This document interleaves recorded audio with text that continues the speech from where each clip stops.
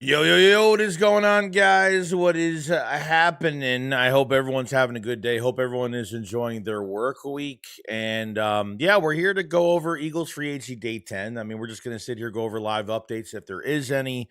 The Eagles obviously signing Hollywood Brown, Marquise Hollywood Brown the other day.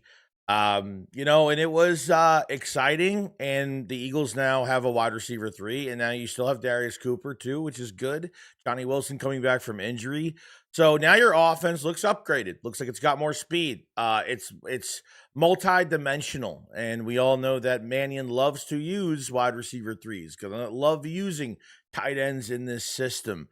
And if you look at Hollywood Brown's career, I mean, he had like one good year with Baltimore in 2019, I think. I forgot what year, 21, I think. I could be wrong. One good year with Baltimore for a few years, and then goes to the Cardinals.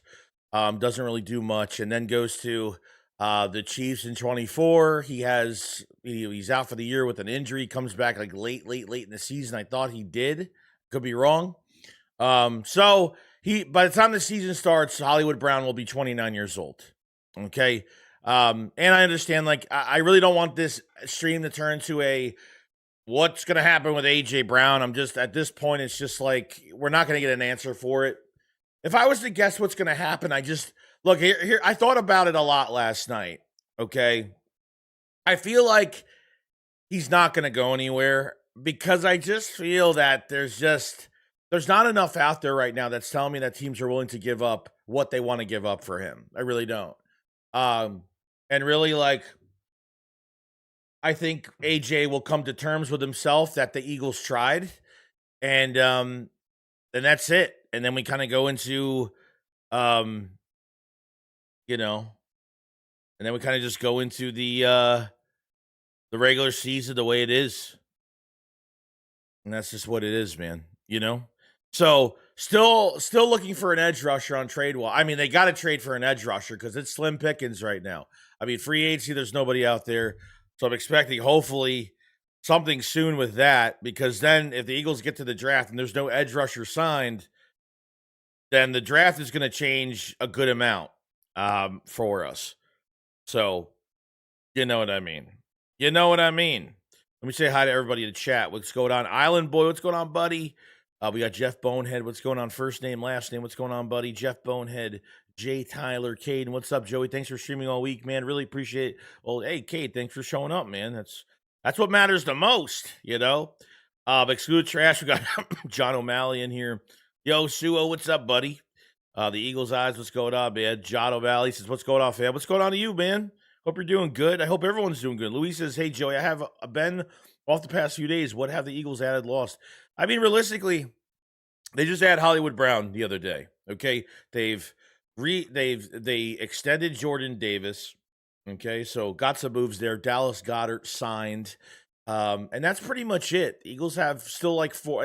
After this move, I don't know how much cap space they have. I mean, they still have a good amount of cap space left. They had $40 million before this move for Hollywood Brown. So this move for Hollywood Brown on a 1-year deal was up to $6.5 million. Okay, so it's got to cost the Eagles $4 million, $4.5. I mean, it's got to be between $4 to $5 million he's getting this year. So it's pretty damn cheap for a 29-year-old that's got a lot of speed, that's really trying to find his way. Now, Hollywood Brown was on Speakeasy, one of the worst podcasts in the world. I never even watched that podcast. I mean, McCoy I love on it, but he's been a little weird with the Eagles the last few years. But on Speakeasy, Hollywood Brown said he could have went back to the Ravens. He was going to go back to the Ravens. Okay, but Jalen Hurts, he's wanted to play with Jalen Hurts. Okay, so the year Jalen Hurts got to Oklahoma was the year that Hollywood Brown was leaving to go into the league. Now, he was debating to stay at Oklahoma to play with Jalen Hurts for a year, but he has loved his story, and obviously watching the Super Bowl in 24 and being on the Chiefs, he knows he could sling it. He called Jalen Hurts one of the best vertical passers in the NFL, and he wants to play for him. So he picked Jalen Hurts over Lamar Jackson, probably some other teams as well. You know what I mean? So there was a chance that Hollywood Brown was going to go back to Baltimore, and it just never happened. Never happened. So that's where we're at. Yo, Addison, what's going on, buddy? John said, I think AJ wants to be traded because he knows they won't get rid of our head coach. I don't know. So the reports that came out the other day, and I'll just talk about this now because obviously it was in my video. Obviously it was in my video. Sorry, I'm looking at this stupid guy on Twitter, this peanut guy. So the news was coming out the other day. So Adam Schefter kind of talked about the situation. He said, I still would lean on AJ Brown. I still would lean on an AJ Brown trade. He said, because I think that's what he would prefer. But the Eagles are not going to be in the market just to give him away. And there has to be a team out there that's willing to make it happen. And right now, that has not been the case. So that was Adam Schefter. I think Jeff McClain said this after Hollywood Brown was signed. He said, you could pencil. So he said, you can pencil him in as the Eagles' number 3 wide receiver behind A.J. Brown and Devontae Smith. Pencil, quote unquote, being the key word for now. So even Jeff McClain doesn't even know what's going on with the situation and what's going to happen. I think talks have stalled as of this point. I mean, after fucking what's-his-face got traded to Denver, okay, from the Miami Dolphins, after what's-his-face got traded, it's one of those mornings because I always forget names, obviously. After, Jalen Waddle got traded to the Denver Broncos the other day. A late first-round pick, a third-round pick, and a fourth-round pick swap. So pretty much a late first and a third. So pretty much a second and a third, okay? So the Eagles are going to be asking for a first and a second-round pick. First and a second. So Schefter even said on that stream or on that clip, he even said that the Eagles are not necessarily looking for picks for this year. They want picks for 27. They'll take picks for 28. And I believe that. I want a first-round pick within the next couple of drafts. That's what I'm looking for. I would really like a pick for next year. If that's the case, if they can get it done, then great. You go get that done. So, you know what I mean? Jalen Waddle versus A.J. Brown is apples and oranges. Okay? A.J. Brown, the last 4 seasons, over 1,000 yards each, plus 4 plus 7, 7 plus touchdowns, whatever. Okay, Jalen Waddle has had 1 year like that. 1 year out of 5 years. And Brown has done that almost every fucking year the last 4 years. So, I mean, It's got to start. The price has got to be up there to where no one's even biting. Conversations are continuing, but no one's really biting on it at all. So it's a little worrisome. I really don't want this to get done. But really depends on really it depends on how AJ feels at the end of the day. That's what it comes down to. Let me stretch out this chat just a little tiny bit because it's really annoying me. There we go. There we go.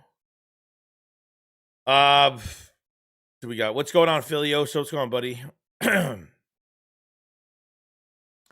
DRZ says, I'm so tired of hearing about AJ. Who cares at this point? Leave, stay, whatever. Let's just move on from all this shit one way or another. Yeah, I mean, that's where I'm at, dude. That's where I'm at. I don't even want to talk about it today. Because unfortunately, it's going to be talked about more because now Hollywood Brown's here.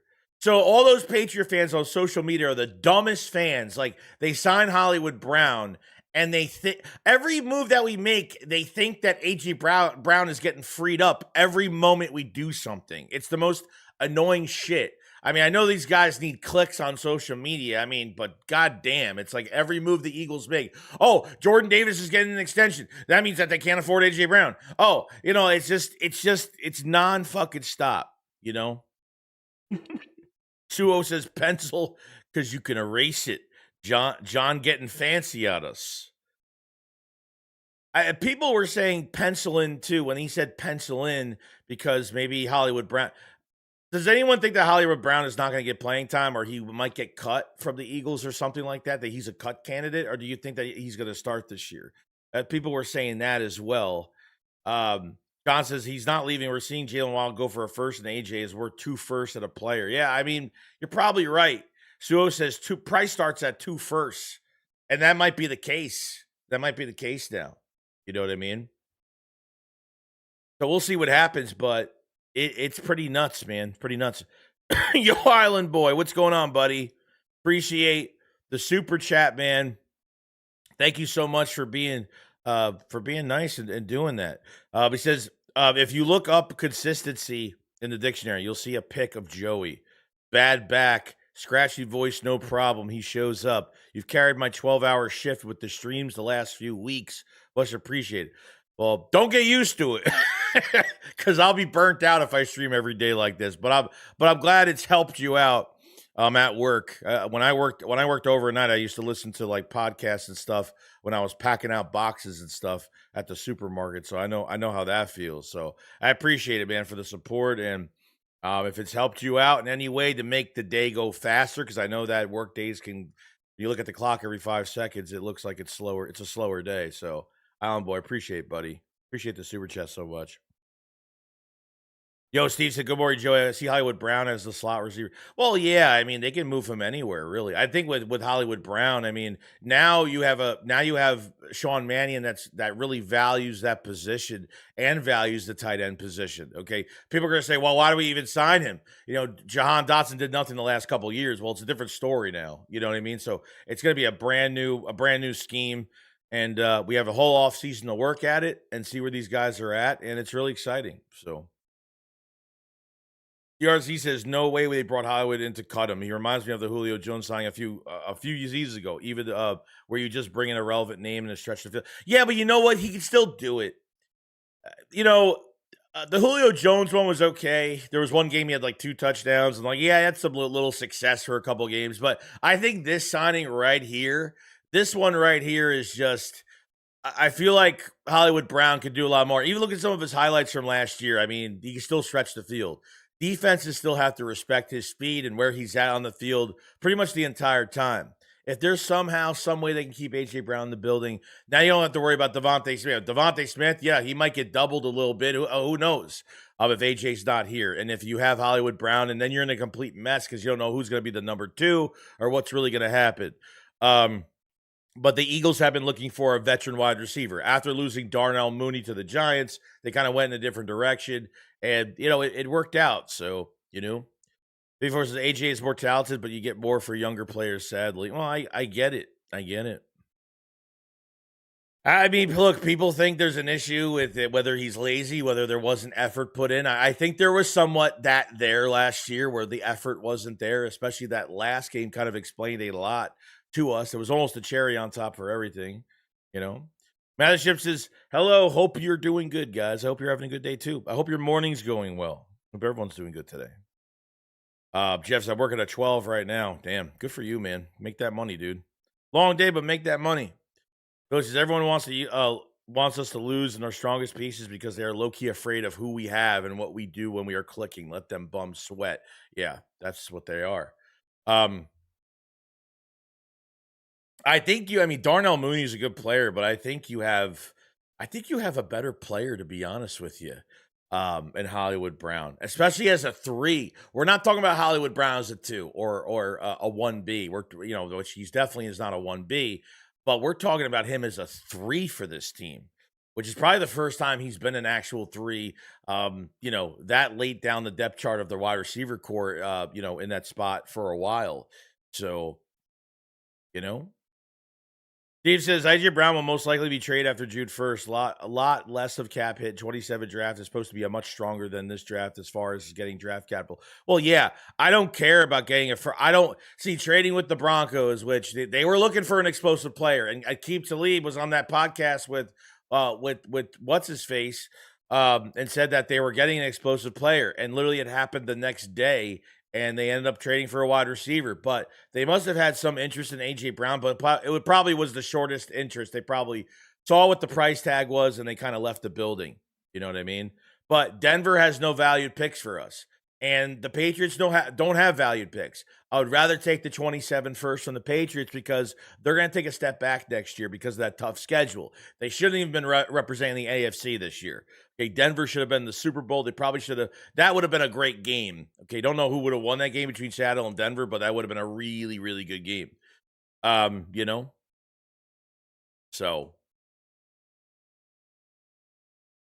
let's see. John O'Malley said, with Hollywood Brown here, what do you think we're going to do with Darius Cooper? Well, I don't know. I mean, he's going to make the roster. I mean, he's going to make the roster, still going to produce. God forbid you have an injury or something like that. He can always come in. So there's no loss with Darius Cooper being here. Okay. If they felt good about Darius Cooper, they probably wouldn't sign a veteran right now. If they felt that good about him, I think they feel good about him. I think man on man, he's on press coverage. I think he's really good. I need to see more from him. So at least, like, God forbid you have an injury with somebody, he can come right in and play. Had some valued snaps last year, a few snaps here and there, but last preseason he was pretty good. Did a good job. So seriously, I'm not basing off of talent. I just mean that we're not going to go through all that when we have other empty positions just to cut Hollywood. No, I know. No, I completely get that. Island Boy says, "Where's our defensive end?" I mean, that should be right here. I mean, clock is ticking. That should be on our list right now. I know the Patriots have interest in Jonathan Grenard, and the Eagles have a lot of interest in him as well. So, Price's Waddle is only 1 year younger than AJ, which is crazy. We need a first and a second round pick for next year. I didn't even know he was just 1 year younger than him. And having one good year. I mean, he had one good year where he scored I think he had 1,000 yards and scored over 4 touchdowns. AJ Brown's done that the last 4 years. Okay. This is apples and oranges when it comes to AJ Brown and fucking Jalen Waddle. I'll tell you that much. Seriously, if we are out on Grenard, I don't see us making any moves for an edge. I can see us sticking with the kid from Atlanta. It's not enough, dude. You're gonna stick with the kid. You're gonna stick with Edabike. You're gonna stick with Jalix Hunt, and I mean, it's not enough, man. It's not enough. The draft. They're gonna have to draft one this year. They're gonna have to draft somebody because after this year, Edabike is a free agent. Nolan Smith is a free agent, and you're not re-signing him, and you're not picking up his 5th-year option because he's a first-round pick. Okay, Brandon Graham might sign, but he's only going to be here for a year. Okay, he just never retires at this point. So they can't go into the season like that. Like Edabike as a rotational guy, 16% pressure rate, even with 2 edge rushers that were drafted by the Falcons in front of him, lost a lot of snaps. He was one of the top leaders in pressure rate.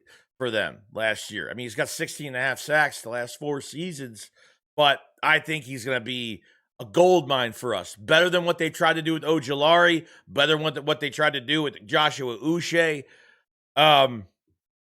You know what I mean? So I don't know if Jalen Son, I feel more comfortable, maybe, but I'm not sure. I don't this new kid coming in, I don't know if that's gonna be. I think he's meant to be more rotation than anything else. So all right, Mike, say what's up, Joey? Eagles are Hollywood's favorite team. Hell yeah.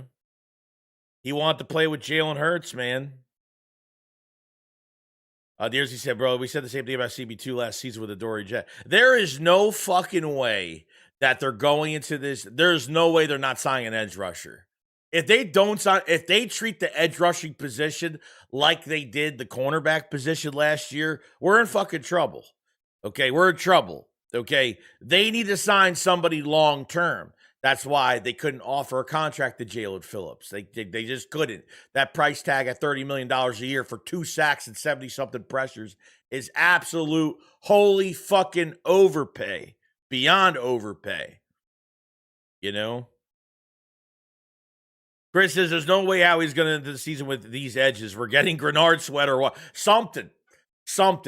I mean, the Josh Sweat stuff is interesting because he did request a trade, but it doesn't mean that they're going to trade him. You know what I mean? So I don't know what's going to happen there with him. Dave said, Joey, what's up, brother? Hope all good your way. Listen, you need to get with it. Stop being late. I wasn't late today. I was definitely not late today. Jake Harris says, hey, Joe, I just want the coaches to let all the players have a chance to get in game. Yeah, well, yeah. Well, they will. I think they've been really good. The coaches, especially in the offseason program, like I like that Fangio has no favorites, and the offense doesn't have it. The offense is set. I mean, it's set as of right now. Besides getting a future piece at tight end, a future piece at offensive line, it needs to play right guard right now and move to right tackle by 27. Like I mean, defensively, like I love Fangio because if you're a young player that's productive and you're earning snaps, he'll start you on game day. You know, that's what I love about it. He doesn't play favorites in that regard. Chris Dearsley, that's why Howie won't do the same thing as last year. That's why we signed Woolen. They signed Woolen to $12 million fully guaranteed. That's how desperate they were. Okay, now there's a void year connected to Woolen after this year, which means that they can actually try to resign him if he plays well. But it's going to be tough because, you know what I mean? I don't know. If he plays really well, I mean, statistically, if he does really well for us, it's going to be almost impossible to sign Reek Woolen. I don't think they're going to have a chance on him. It's going to be like a 4-year, $90-something million deal. He's going to get a lucrative 4-year deal. That's what's going to happen. But at least there'll be somewhat of a chance. $12 million. See, when they signed Woolen, I thought it was like cheap, but it wasn't. I mean, $12 million fully guaranteed. I was like, man, they went all out. They went all out for fucking Reek Woolen. I'll tell you that much. Yo, Bang Gang says, hey, Joey, thank you for the streaming every morning. It gives me something to do when I'm bored at work. I appreciate it, man. Hey, you're one of the few people I've said it today. So if it helps, then it helps. My voice is completely fucking shot. So if you could deal with that the entire time, then I guess we're in good hands. Big Fish Little Boat, what's going on, buddy? He says we have to draft the edges, similar to how we did quarters with Q and Q. Yeah, I mean, it would be nice to draft another edge this year, but maybe next year. Because now, if you want to draft an edge next year, you could do that. If the Eagles don't plan on signing Jalix Hunt in the future, the next couple of years, then they can go draft an edge. I think edge could be a really good addition next draft in 27 because Nolan's going to be gone. So if you sign you sign Jonathan Grenard right now, okay, he's here for a few years. You don't got to worry about it anymore. But Jalix Hunt's a free agent in a couple of years. Okay, Jalix Hunt probably not going to pay him. They would probably rather go out in the draft, next year's draft, and go get somebody for that rotation. You're losing Hunt in the future. You're losing Nolan Smith by next year. You're definitely not bringing him back. So I think it's going to make more sense for next year than it will be for this year. So you never know. You know, if they have 2 first-round picks, they could double dip in the first round. They could get a wide receiver because they'll probably need one if A.J. Brown plays this year for the Eagles, they're going to have to trade him after this year. So hopefully we'll have some draft compensation. We'll see what happens with it, though. I mean, I just want the coaches to let our guys have fun playing football again, and well, it's gonna happen. It's gonna happen. Chris says, "Why did we trade for Phillips? Because we needed the top flight edge. We're getting dominant edge. We have 40 billion cap space for a reason." Yeah, Phillips is a mid-tier, above average edge rusher. Okay, but at $30 million, it was never going to fucking happen. I don't even believe the rumors that they were trying to get him for 27 and a half. I don't even really fucking believe that. You know what I mean? I don't even really believe that. Deb says you definitely need a safety. Can't roll with Sidney Brown. No, I mean, well, Makuba showed promise last year. I mean, a really struggling beginning of the season, looked like a rookie, and I thought he actually started playing well. He only got hurt because the Eagles' offense was choking 21 to nothing lead against the Cowboys. They had to keep the defense out in the field longer, and Sidney Brown ended up breaking Makuba's fibula. So they might double dip at safety again. And that's what it's looking like because it worked out, but Makuba coming in, it worked out. And obviously, there's some better talents in this draft at safety as well. It goes pretty fucking deep. You want the you want the kid from Toledo, go get him. You want the kid from Oregon and Dylan Thieneman, go get him. I mean, there are some good ones in this draft. So, and especially at 23, I think you could definitely get one of those guys if you want to go in that direction. You know, he said, Joey, realistically, what backup OL line do we have now besides able to come in and play? Backups right now, we don't really have much. We don't have much because Toth went to the 49ers on a one-year deal. Fred Johnson is not back or hasn't signed with anybody yet. Not much. I mean, I think those signings will come later on. Like, I don't think they're going to sign those guys now because they will be dirt cheap later on. But they should draft two offensive linemen. They should draft one early and then draft one in the later rounds that could, back up somebody or something like that. They definitely need a backup tackle. They need a swing tackle. That's what they need right now. They need a backup left guard for Dickerson. I know that. And I think if they want to go after a Proctor, they want to go after a Freeling from Georgia or something like that, do not redshirt an offensive lineman this year. Put him at right guard. Get a tackle that can play inside next to Lane Johnson. Polish him up for the year, and then kick him out to right tackle once he retires. Let's see. Sue says, I don't know. We need a dominant edge. Been saying it for years. I know. When was the last time the Eagles had? Like an Aiden Hutchinson, a Nick Bosa, something of that regard. I mean, this Jonathan Grenard is really good. He's not a sack chaser. He's not just a sack chaser. He could set the edge. He's really good against the run. He could drop back in coverage, so he fits the scheme perfectly. Okay, he had a bum shoulder last year. That's all it was. But literally the last 2 years, he had double-digit sack seasons, 12 sacks and 12 and a half sacks each season. You know what I mean? So we'll see how it goes. Jay says, what up, my main man? Joey just got home. Any news besides Hollywood? Nothing today. No. Nothing today. I'm looking at the news right now, seeing what's going on. I'm still looking. All right, so we got news on Edebiki's cap numbers. Okay, here we go. So Arnold Ebikidi cap numbers says 1 year, $4.3 million guaranteed. He gets $1.3 million base salary and a $3 million signing bonus, prorated from 26 to 2030. Cap numbers: 26 cap hit, 1.9. 27 cap hit, 2.4, which is the void year, which means they could re-sign him next year.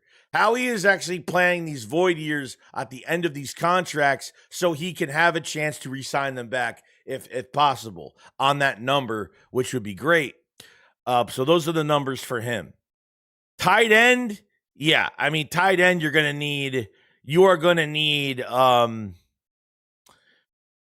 from what the numbers look like, because Calcaterra's contract looked pretty damn bad, because he's barely getting paid. Yeah, so look at Calcaterra. Look at Calcaterra's.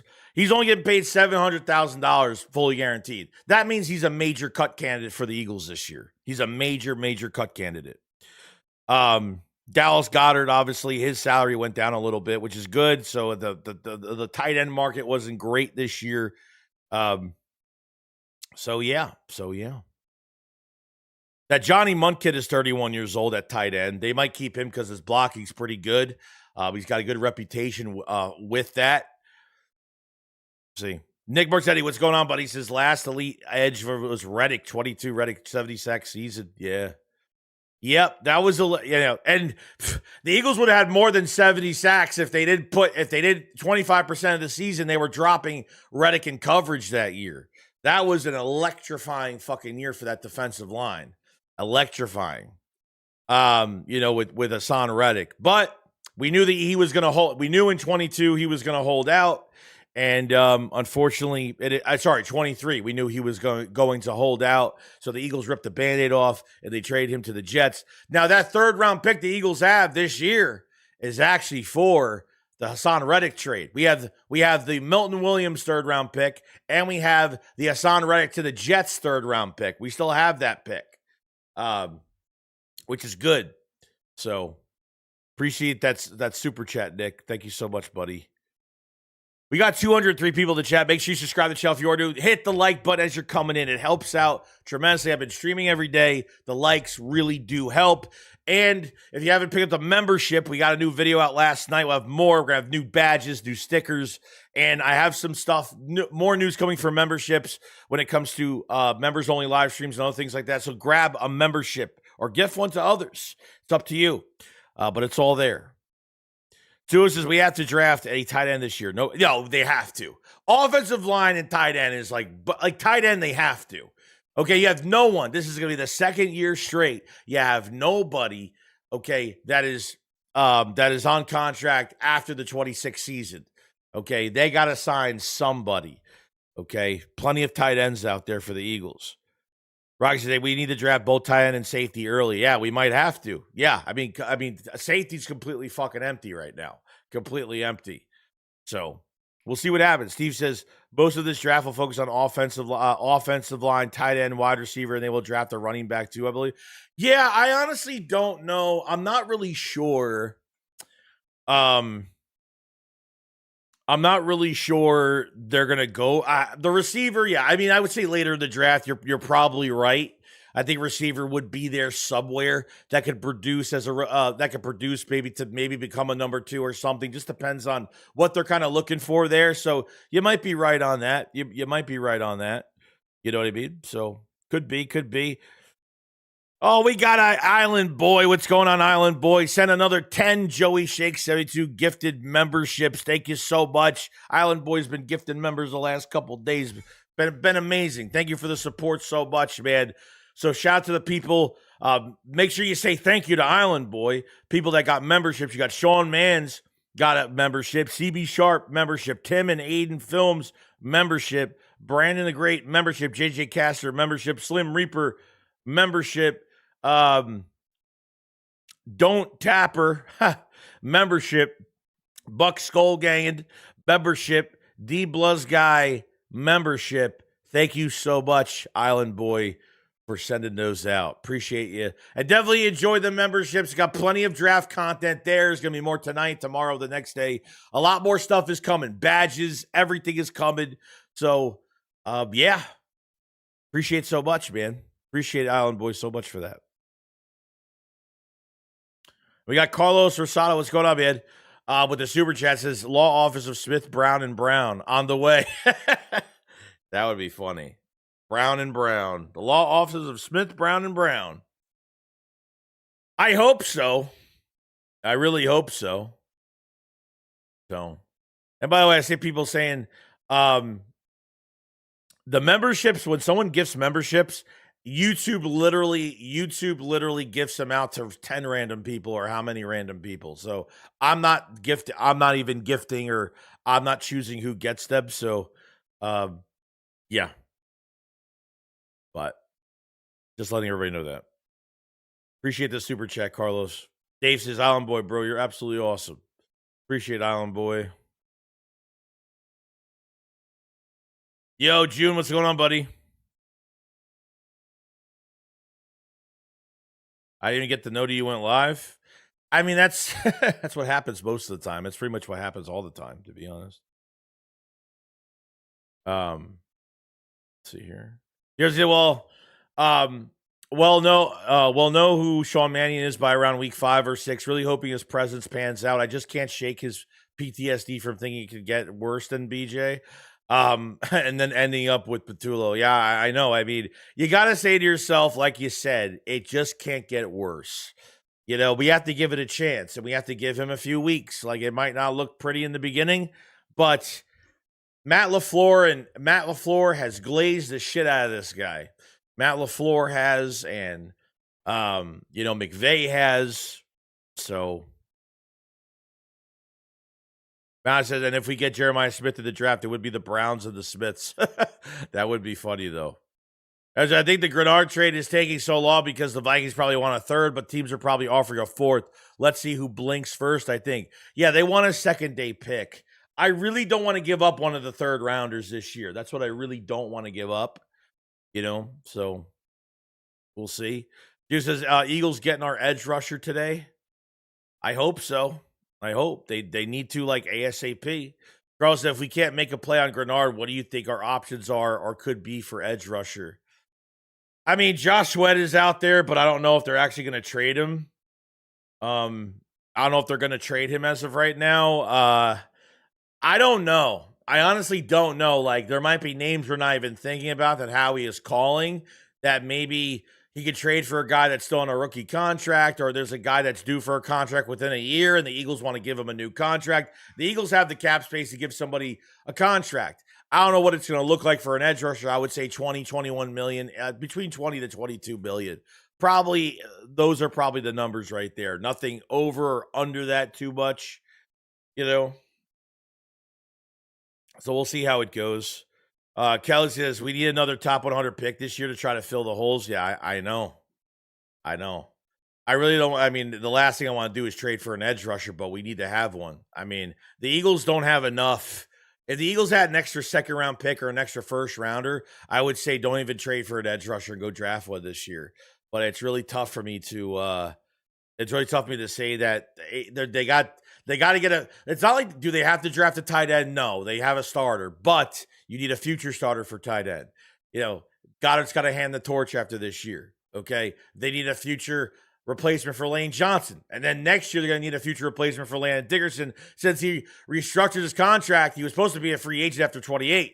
Now he's going to be a free agent after 27. So we'll see how it goes. Well, I'll wait till after week 4 or 5 to know what our identity is. Yeah, that's what it's going to come down to, man. What's going to come down to. Seriously, being in the offensive coordinator in Philly literally has to be the easiest job in the world. You have Hurts, Saquon, AJ Smith, and Goddard. Literally just ask ChatGPT how to use them all. Yeah, I mean, I wouldn't say anything's easy, but let me tell you, like, there's not a lot of offensive coordinators that are handed like this type of royalty when it comes to having a roster that's pretty much already fucking set up for you. You know what I mean? I mean, already set up for you. And all you got to do is just make it work. That's what Kellen Moore did, and look what happened. 1995 said, that'd be awesome if we could keep AJ for next year, win a Super Bowl, then trade him for Jeremiah Smith. If AJ wants to leave still, I mean, it could be a possibility. We're hoping that he stays for one more year. Of course, was bearing any health issues, the Birds will win the division 3 years in a row. That'd be nice. Hey, you know what? We broke the record, man. Since the early 2000s, we won the division twice in a row, which is good. So we broke that, which was really good. As bad as the season was going, I was hoping that, you know what? If they get that, I'll be happy. I think we need to start with the offensive line this year. Yeah, they might have to. They have to get an offensive lineman ready by next year, but he has to play this year. Like Steen, if you want depth, you got it. I don't say, Steen, I think is going to have to take a back seat this year. You're going to have to start a rookie next to Lane Johnson. Let him learn, let him do his thing. Let him polish for a year, and I think we'll be in good hands.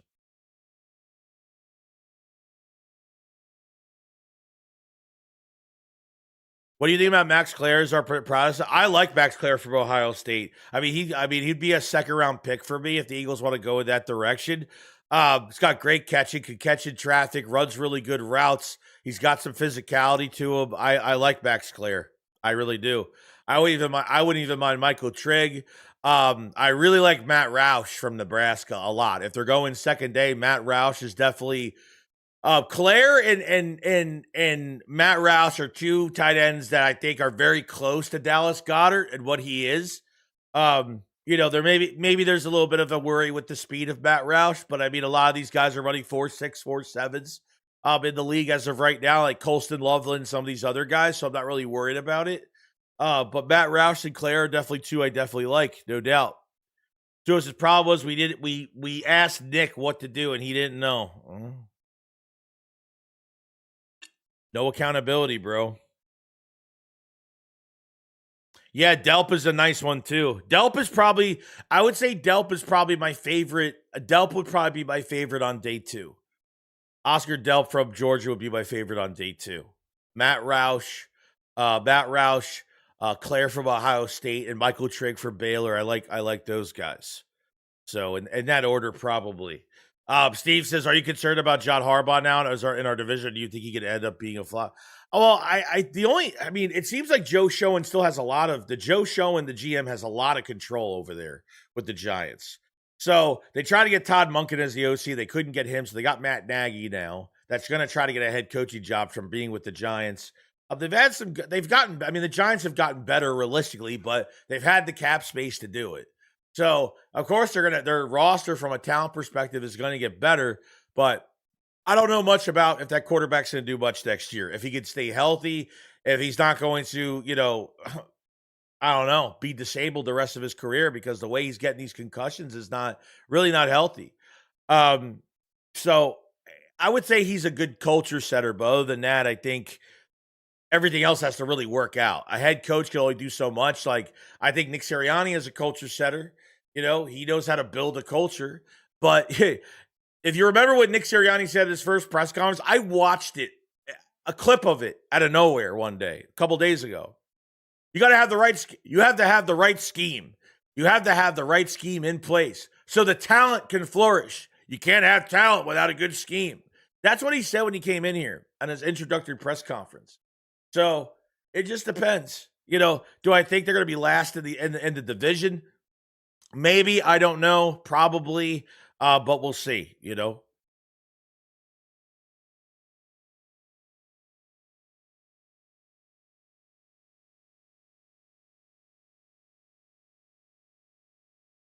I said, yo, Joey, the man, the myth, the legend, what's up? I'm not that, but I appreciate you coming in, dude. Edge safety line help. Yes. Tight end's too deep to draft. Well, you don't. Well, yeah. I mean, you have to draft somebody by the second round. I mean, you have to.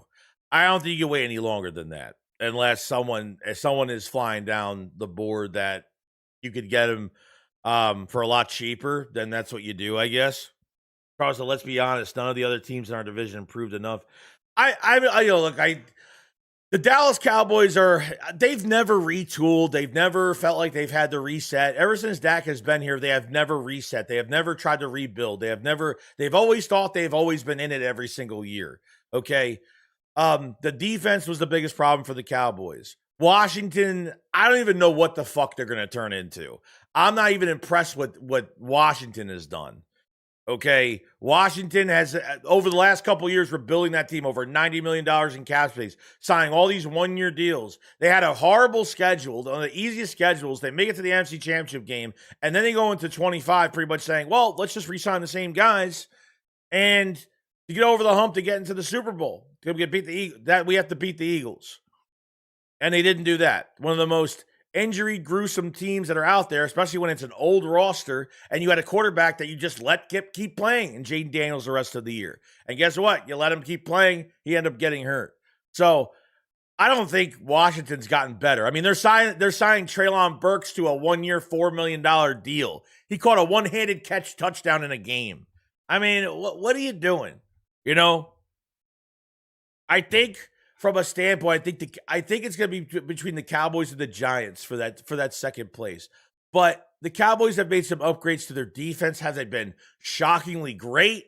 No. All this cap space they had to free up, and that's not a good sign. If you have to tag a player, it's not a good sign. You're negative 58 and negative 58 million over the cap. Okay, over the cap. You got to restructure multiple contracts, restructure your quarterback again. So I mean, Dallas is probably Dallas has been extra aggressive, but they weren't as aggressive as I thought they were going to be. They weren't as aggressive as I thought they were going to be. So, to be honest with you, I would probably agree that no one has really impressed me that much. The Eagles haven't had to make a lot of moves. I had people coming into the chat saying, "Well, look at these teams. They're signing 6 to 10. They're signing like 6 to 10 players. What the fuck's going on?" I'm like, dude, of course they are. Why do you think they're signing more players? Because they have a shit ton of players. They have a shitty roster. They have a shit ton of players that aren't working out. They have more cap space because of it. All the Eagles had to worry about was re-signs. That's it. The Eagles barely had to touch any other player from any other roster. A couple guys they brought in, but what did they do? You know what I mean? Just keep drafting well. Just keep drafting well and produce these players. That's all you got to do. Rinse, repeat. Let guys walk. Go get your compensatory picks. I love the compensatory picks. I don't know why. I'm starting to love them. I see why Howie Roseman loves compensatory picks, because they set you up for the future. They set you up for next year. You know, when Howie Roseman's in this draft this year, guess what he's going to do? By the third, fourth round, he's going to take the fourth round, move back 5 spots, get a 5th rounder. He's going to take the 5th rounder, move up 4 spots and get a 4th rounder. I mean, for 27, he's going to maneuver back and forth, get some picks for next year, and on top of everything else, drafting the right players this year to produce. So the drafting has been excellent. Okay. Besides last year's draft, that's still kind of a question mark, because I think Makuba is heading in the right direction. And Ty Robinson, we'll see what happens with him. And, you know, I'm not worried about, I am not worried about Shahad Campbell. I'm not worried about it, because I love Trotter Jr. I think he could start right fucking now. I ain't worried about it. Yo, Ryan, what's going on, buddy? Appreciate it, man. Says, what up, Joey? I'm excited for our offensive season. Imagine Barkley, Smitty, Bigsby, Goddard, AJ if he stays, Hurts, Hollywood, Sadiq, and more O-line. We'll be stacked. Bro, the icing on the cake would be Kenyon Sadiq. Like, it would be the icing on the cake. The cherry on top to the offense. Boom. I mean, that would just... I'd be like, all right, do whatever you want the rest of the draft. I'm already happy. I already know what direction this is going in. I'd be happy already. You know what I mean? Logan Eagle says, we have to cap Rube at draft picks. What's the holdup on the Grenard trade? I'm guessing compensation. Howie's not going to give away a second-day pick that easily. He probably values the second-day pick more than the first-round pick, to be honest with you. Those second-day picks, you got one from the Jets, which is a good third-round pick, and you have the Milton Williams compensatory pick. You know, your fourth-round picks, you have one. I think you have your own fourth-rounder, which is a late, and you have the Josh Sweat compensatory pick this year. So you have 2 fits, and you have 2 fits on top of it. 2/3, 2 fourths, 2 fits. If they could get away with one of the 4th rounders, I'll be happy. I really don't want to give away a 3rd rounder. And if they do, then it is what it is. So I just found out Hollywood Brown grew up a Birds fan. I never knew that, to be honest with you, but he was a big Jalen Hurts fan, though. His last year, okay, he was about to get into the NFL. He was going to come back one more year when Jalen Hurts first got to, when he got to, what's it called? When he got to Oklahoma. And he was going to play with Jalen Hurts and decide to walk and get drafted. So, Rock says, random question, but are you getting to the Halloween game when it? Yeah. Does I'm trying to figure out a word. Does it rain on a fucking cloudy day? Yeah. Yeah, I will definitely be playing that nonstop. So, yeah, September, I'm ready. Rob says, hey, Joey, how about Josiah Trotter, brother? I mean, yeah, you want to bring in another Trotter? I have no problem with it. So does anyone else notice how much weight Ty lost when Reek met him in the weight room in that vid Eagles posted? No, I never noticed it, honestly. Did he lose a lot of weight? He doesn't look like the vanilla gorilla anymore. Dearsy said, wasn't there a rumor that Grenard wants to stay in Minnesota? I didn't hear anything. I didn't hear much of anything, to be honest with you. Yeah, does a bear shit in the woods? Yeah, I was trying to find one of those fucking bro. Do words have letters in them? God, am I gonna play the Halloween game? What? I literally told my girlfriend, "Hey," she's like, I watched the trailer with her, and she looked at me. She's like, "I guess I'll see you in 2 weeks." I said, "You're probably right. You're probably right." So that explains you. There it is. George says, "I love the comp picks. We'll let guys walk that were getting overpaid and had to let go to pay future players. Howie just got to keep hitting on these picks. That's all it is. As long as you're getting these comp picks, you're letting guys walk, and you're recycling the process of drafting players in, producing them, getting them through their rookie contract, and technically you could re-sign them, maybe not. Let them walk, more comp picks. I mean, it's a rinse and repeat cycle. Like you just said, keep drafting well. Keep drafting well. I got to look at it again. I never even watched it. Dave said, Joe, you think Howie has a list of players, or is he give it a list? I think he has a list for himself. I think he kind of sees what's out there. Given, I mean, yeah, maybe there's some type of dialogue with others. Of course, he probably works with others. Say, hey, this one's available. How would it fit your defense, or how would it fit the offense? Would this be a good? Could this guy change our football team this year? So I think there's a dialogue. I don't think it's just Howie Roseman, but I think there is somewhat of a there's a team up type dialogue with that when it comes to who they want to go after and things like that. You know what I mean? So they don't have the final say in everything, but that's where we're kind of at right now. So I'm trying to see right now. Let's see what else we have here.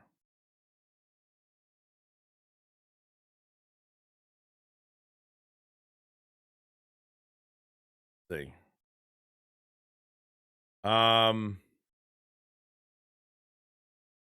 So Zach Berman put out a tweet on his on Hollywood Brown's utilization as a player. Okay, so he says Hollywood Brown had only 12 targets of 20 plus yards last season, after topping 20 plus yards in 4 of his first 5 seasons.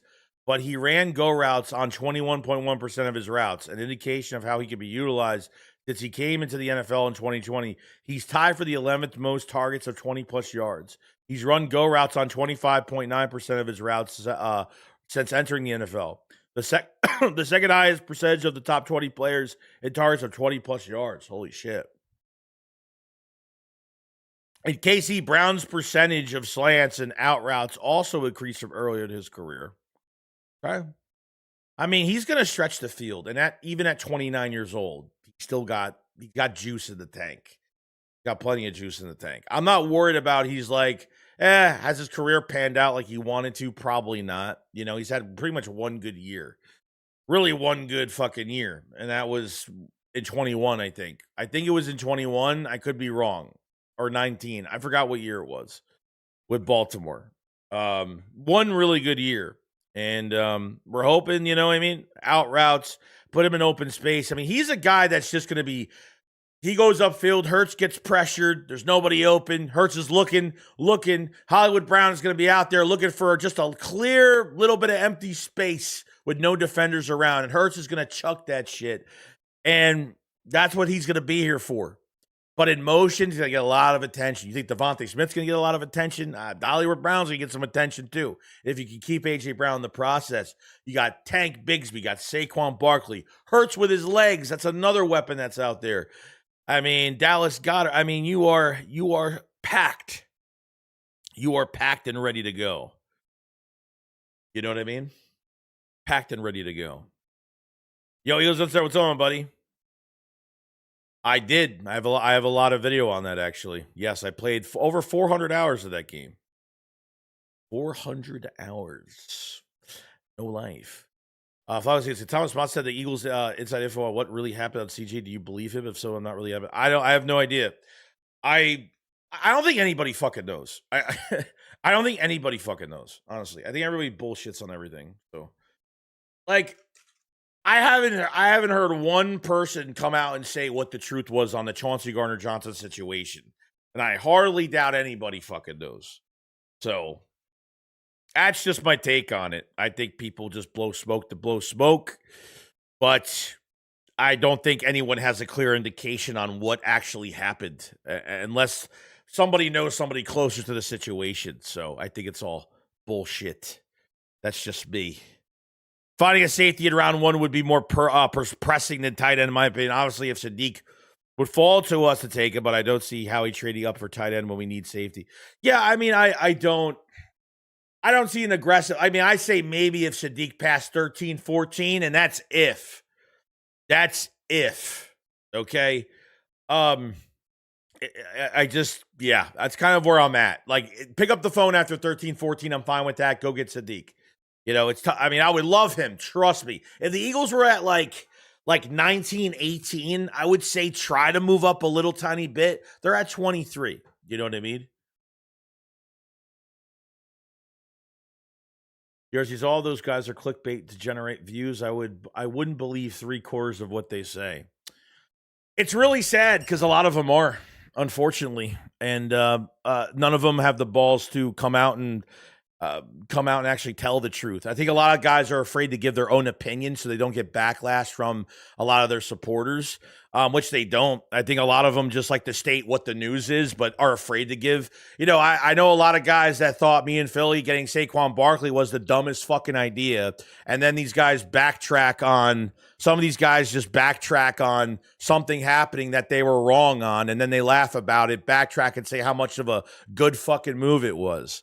So this is why my circle is fucking small, and this is why I don't get involved in that type of garbage with people. So if it gets me less views and less subs, and you know, I'm not taking it up the ass from anybody to get me to the top, then that's perfectly fine as well. I'm am good where I am, because the one thing I'm not going to do is lie to people or state something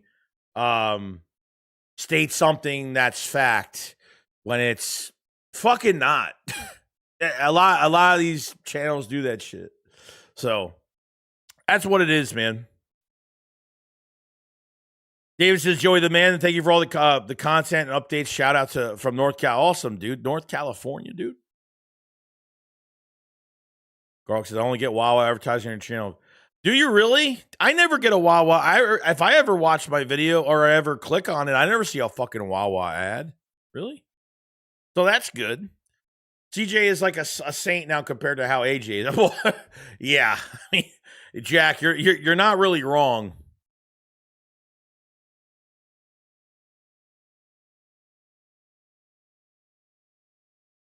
You know, I don't get it, man. I don't get it. I don't. I'm just the type of dude that's like, I don't give a fuck.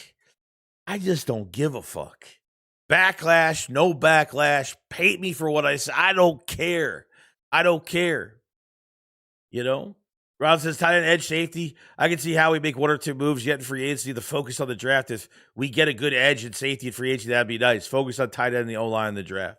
Aaron says, just imagine Smith and H. Brown on the same side. Smith will get double teamed and H. Brown running a go route. Yeah, I mean, it's a good, he's good for matchups. I mean, it's going to open so much. He said, you ever think if we had Braden Mann in the first Super Bowl versus Chiefs, how things would have been different? I don't know if that would have made a difference. I mean, we got beat on the same play 2 fucking times. We got beat on the same play 2 times. So that was only half of it. You know what I mean? That was only half of it. Yo, what's going on? Fred Trent, 1033 with the Super Chats. Yo, what up, Joey? Do you think with the offensive weapons we have that Manning would incorporate some flea flicker plays? I mean, I hope so. I just want it to look different. Like, I want to be wowed. I want to be, like, shocked. Like, oh, shit, they ran that? Like, during 24, like they would run some shit that I'm like, oh. You know, like, I want to be shocked. I want to be surprised. We're going to know immediately what this is going to look like. You know what I mean? But we have to give it time. We have to give it 4 to 5 weeks in the regular season. I would advise the Eagles, okay? And if, you know, they're not watching my channel, obviously, but I would advise them, like, please change your off-season program. Stop valuing the practices and the joint practices over preseason games. Can you please have your starters play some preseason games, especially your offensive line? Because your offensive line doesn't play in real game time minutes until the regular season. And that's why they look like slop half the time. You know what I mean?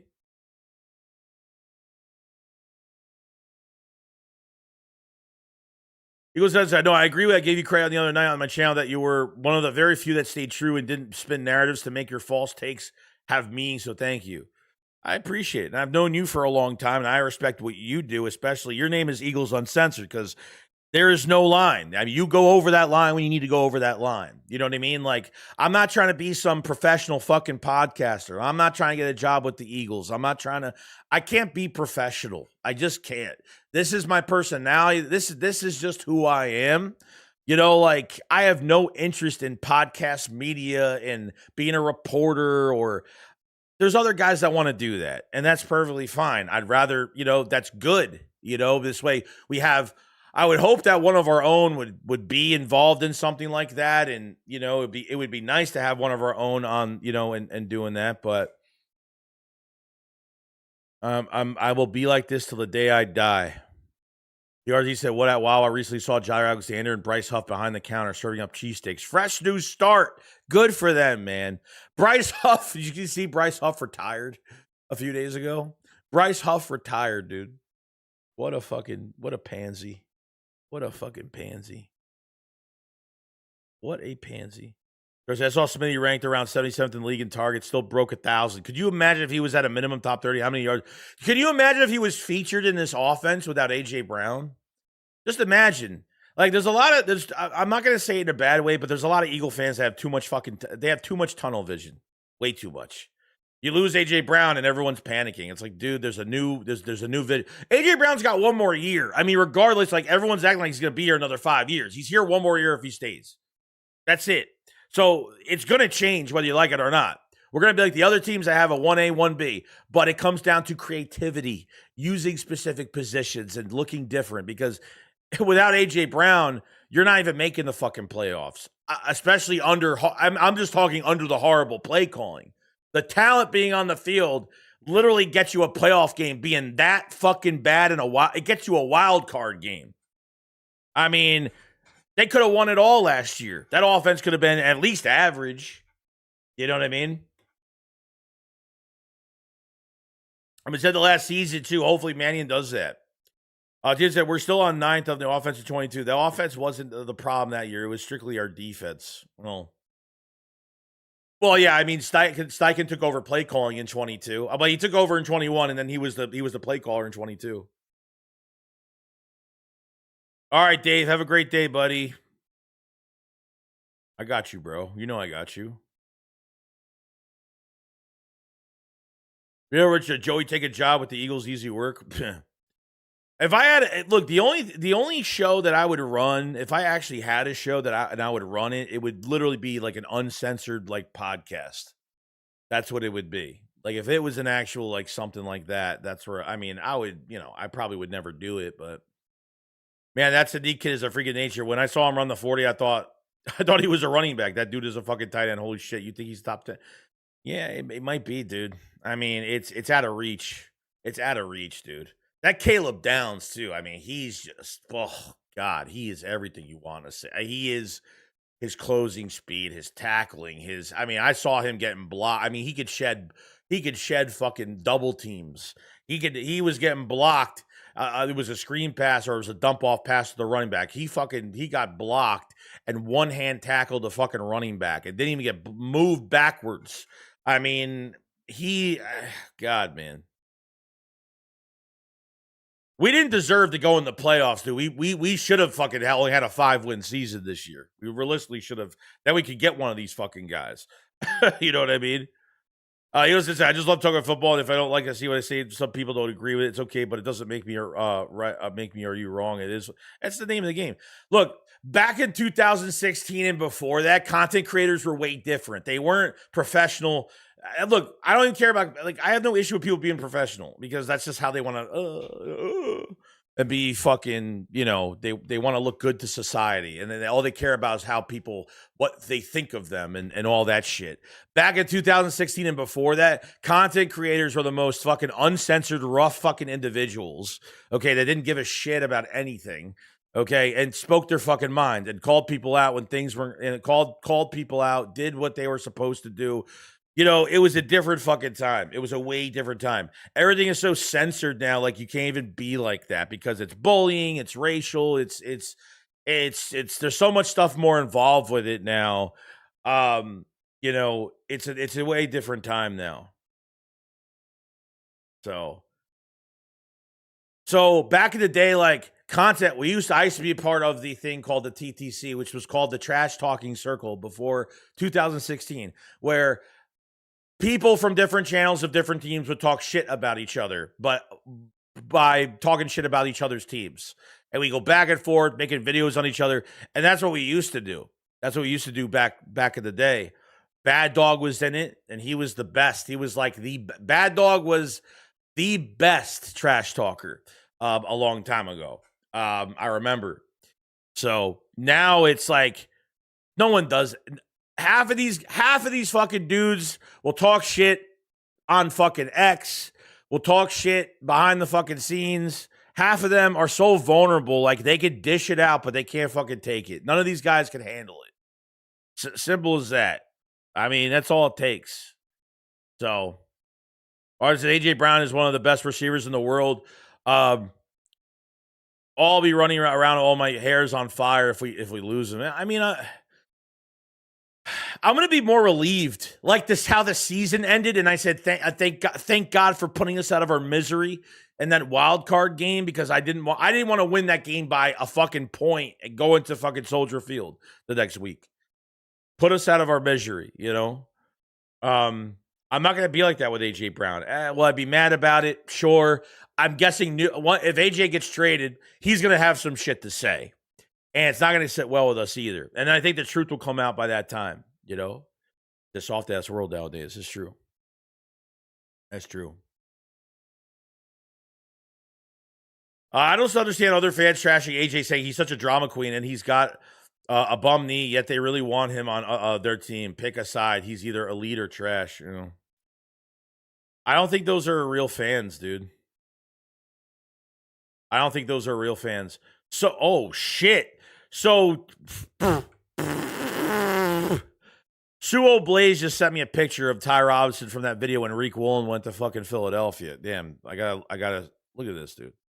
That's fucking Ty Robinson?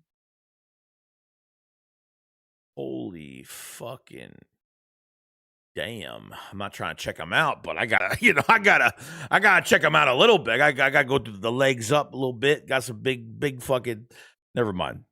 Yeah, he looks slim. He looks more leaner. That's definite. That's definite.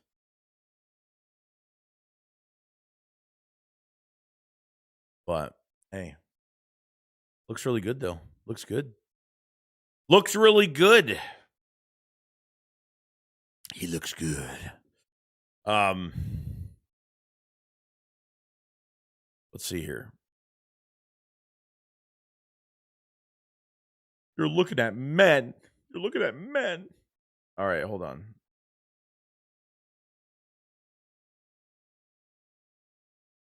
The fuck happened to this now? Oh, there it is. Okay, we're good now. I got confused what was going on. Oh, what the fuck? Oh, all right, we're good. We're good. Okay. I'm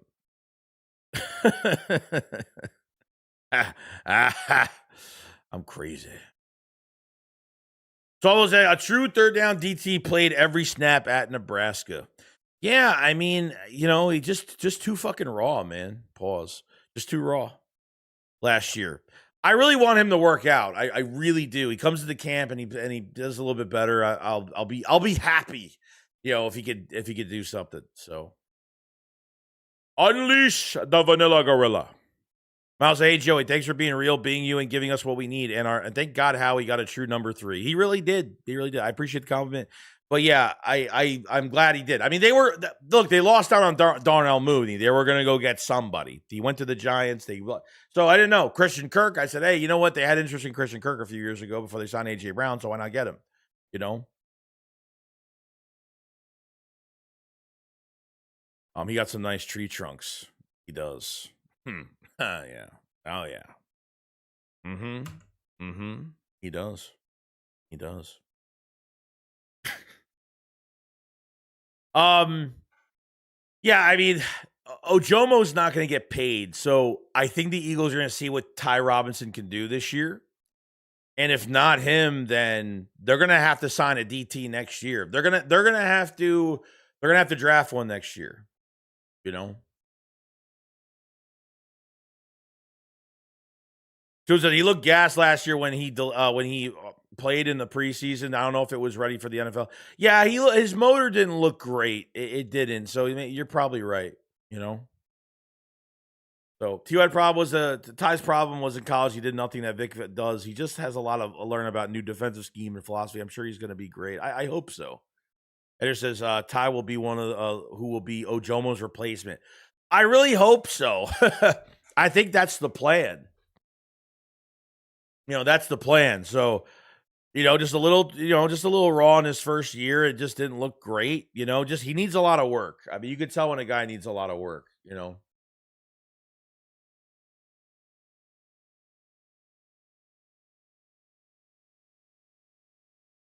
What's is Harbaugh really going to change the Giants at the winners? What's your thought? You're not going to say. I don't know. I'm getting so many questions on this. But I mean, I guess it's a legit question. Someone else asked me earlier in the chat. I think he's a culture setter, but it comes down to just that quarterback, and Scattaboo, Mister, comes down to him. I don't know. Joe Schoen is still the man in charge. He's still the man in charge over there. I don't know that quarterback. I don't know what Jackson Dart. I mean, he's already had like 3-4 concussions already. And that's not good. They should have just shut him down by the end of the season, and they didn't. That was Yes, it was. Yeah, that was Ty Robinson that we just looked at. That I was going to say something, but people are going to think I'm something else. No, I don't know. That was Ty Robinson right there, right here. Ty Robinson looking much leaner. That's for damn sure. For damn sure. So.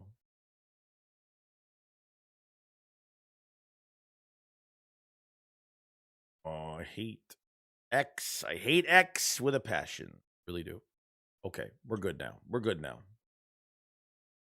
So Michael said, "Hey Joey, Mooney chose the Giants because of their offensive coordinator. I heard, and Ty wasn't in the best shape coming into camp. That pick shows that he was working out this offseason. Yeah, I mean, I guess I didn't really hear news that he was out of shape, but I mean, I guess it looked like it. I mean, potentially, yeah. So." I'm pumped. I'm pumped now. Thanks for putting that out there, Suo. You look at the most, like, just from Reek showing up to the facility, you're like, you point out the most, like, little things in videos. So that's good. At least somebody pays attention. So that's good. Rock said Jalen Carter is gonna have did you see Jalen Carter work out? He was doing some sexual workout. I don't know what he was doing. I want to find it because I thought it was actually pretty funny. Jalen Carter's working on his technique. Where is it? Yeah, we saw this one.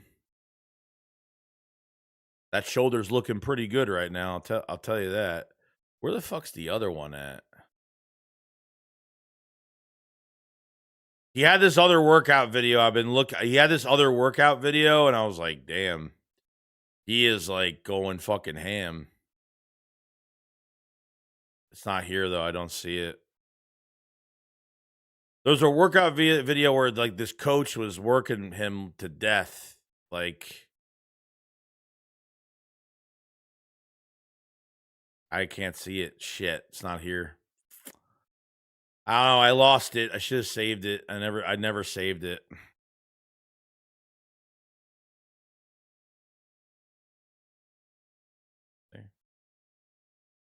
Rod said, Joey, I hope we extend Carter soon. If we trade AJ, I'd rather him stay. Then it'll be a post June 1st to save us money. So realistically, a deal could get done with JC. Still trade for an edge possibly too. Yeah, I mean, trading for an edge is definitely on the list. Now, yeah, JC's extension, I would say, yeah, it probably will be post June. So we're gonna wait a little bit longer for that. So we'll have some news post June, 100%, which is good. Fredo says, I hope that's it with Ty Robinson pads out, but I still I like Caleb Proctor as an option with our third or fourth. Yeah, I mean, yeah, Proctor might move down a little bit off the boards. He needs a year of polish, I think. That's why I want them to put Proctor. He was interviewed, and Proctor said that he would move into right guard for the Eagles if he had to, and then go out to right tackle in 27 once Lane Johnson retires. So Proctor just needs like a year of polish. I mean, that's really it. Jalen Daniels, Commanders RG3 2.0, sadly. Jalen Daniels. It was reverse sled work protocol for shoulder rehab recovery. Oh, the reverse. Oh, so that was reverse sled work. Okay, yeah, that was pretty intense. I watched that. I was like, damn, he's going to work, man. He's going to work. You know, for real. Last season was ugly. I hate the Commanders and their fan base, but sucks to see young QB get dragged like that. Yeah, it was bad. I mean, what was it, the last play, and he ended up getting hurt? He was getting dinged up all year. And then there was just a time where they should have took him out, and they were going to take him out. You know, Dan Quinn was going to get him out of that game, but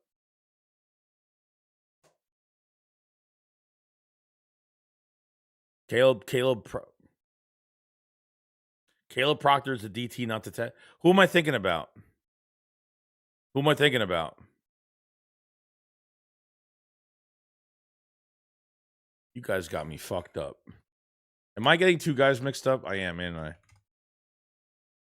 Oh, the defensive lineman. Okay, fuck. All right, I'm getting it wrong. All right. I got it wrong. Sorry. All right, I got the names mixed up. You got Caden Proctor and Caleb and Caden. Come on now, you're gonna fuck that up. You're gonna screw it up. You're gonna screw it up. Those names are way too similar. That's gonna totally screw me up. Sorry, I was like, wait, why is he talking about a fucking DT? Why is he talking about the offensive lineman and with the DT? That makes no sense. Sorry about that. We need interior O-line. I don't trust Landon Dickerson, and I sure as hell don't trust Cam. That was a good amount of our problems last year. Yeah, me neither, man. Cam is probably my biggest worry other than Dickerson. Cam still made the Pro Bowl? Come on now.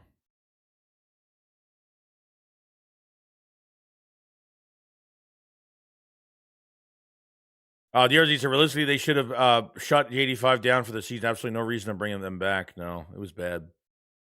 Giants will be way better than the commies this year. Yeah, I would probably agree with you. Yeah.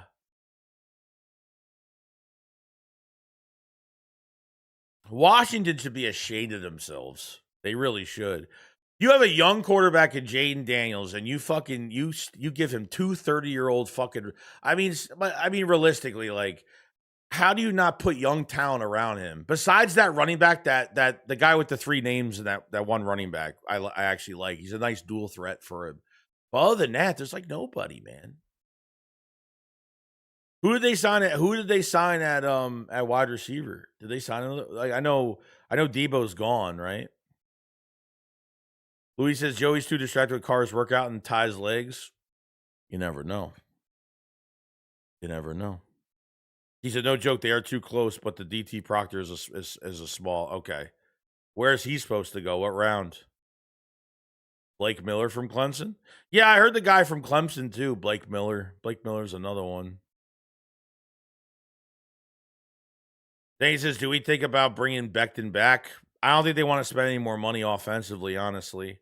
If it's for like a minimum, I don't think they're bringing him back. They ain't paying him over $8. They're not paying him $10+ million to play for us. Now, the Commanders and the Choke Boys will be asked. Giants finishing second in the division? Potentially, maybe. Potentially. So that Proctor kid's going 4th round or 3rd round, maybe? Okay, so he's is he undersized? Is that why? He's an undersized guy. We got 244 in the chat, guys. Make sure you hit the like button. Just hit the like button. It helps out tremendously. Definitely subscribe to the channel if you guys have. Cover the Eagles every single day. We'll be live streaming the draft. We got some surprises coming up. A lot more coming up. And if you guys haven't Definitely check out the memberships in the pinned comment above. For memberships, draft stuff is out. There's going to be new badges, new stickers soon, just for members for the live chat and members live streams and things like that. So pick the tier that you want for whatever extra content that you do want there. They're all right there. I appreciate so much.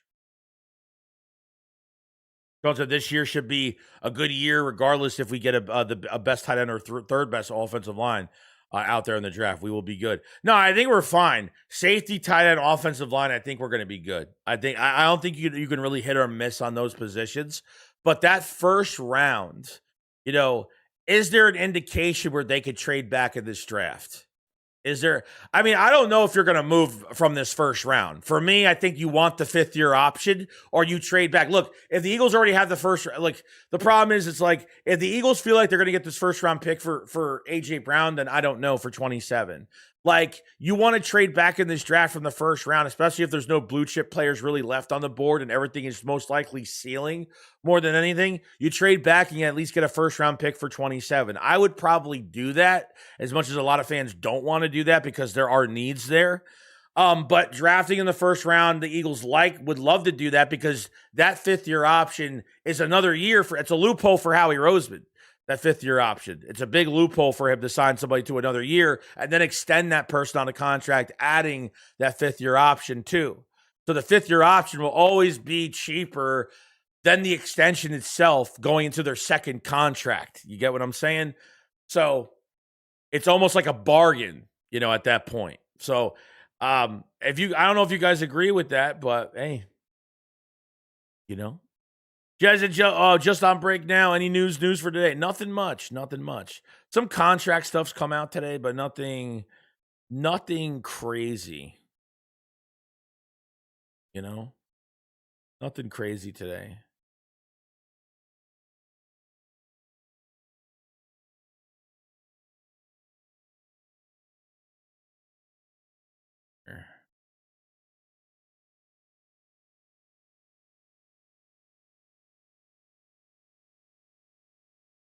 So the Eagles are sitting now at 34.6 in cap. We had 40. Now we're sitting at 34 million. Still good cap. Still good cap for the Eagles right now. Still in good shape. So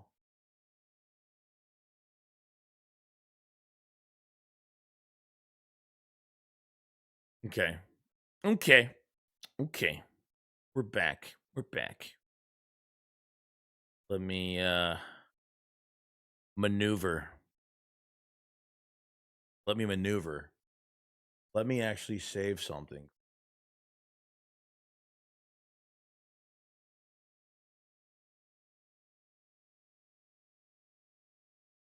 Did you guys check out that me and Philly are coming out with a new video game? The Philly Shakedown's gonna have a video game. Did you guys hear about it? The new video game coming out.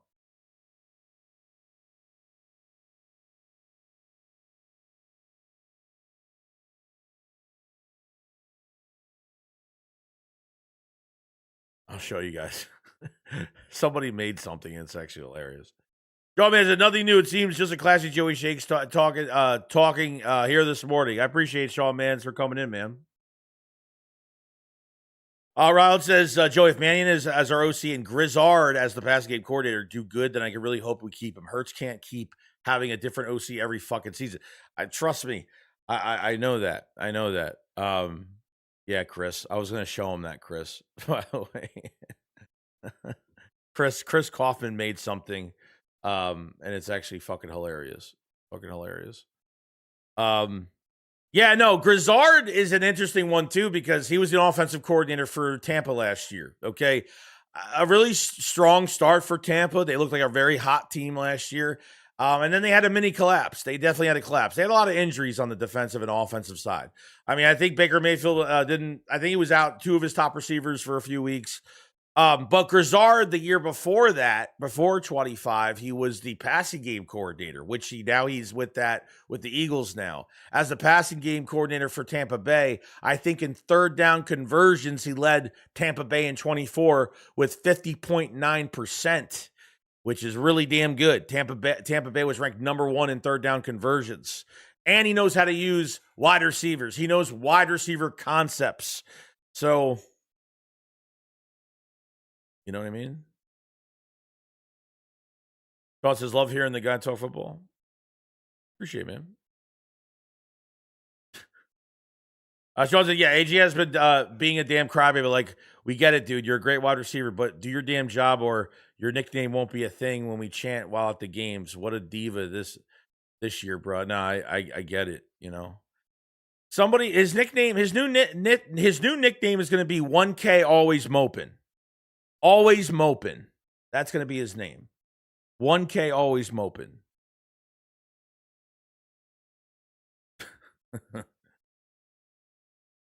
I'm trying to do this without. What's going on, buddy?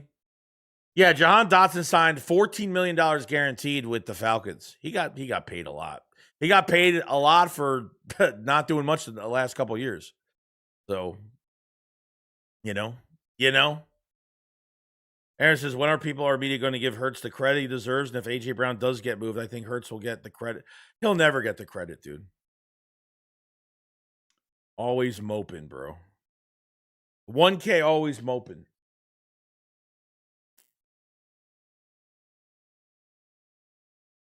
Isaiah says, can't wait for the next IG capture that sneak disses Hurts.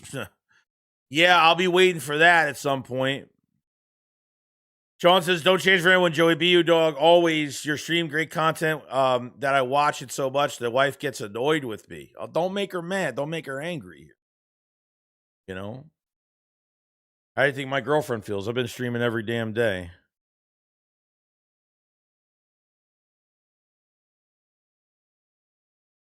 Hold on.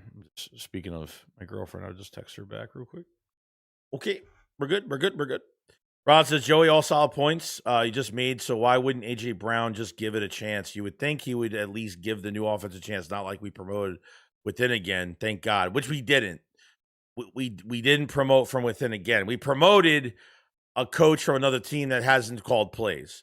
But between McVay and what Matt LaFleur has said about this guy, when he gets his opportunity, he's going to run with it, and I really hope that's the truth.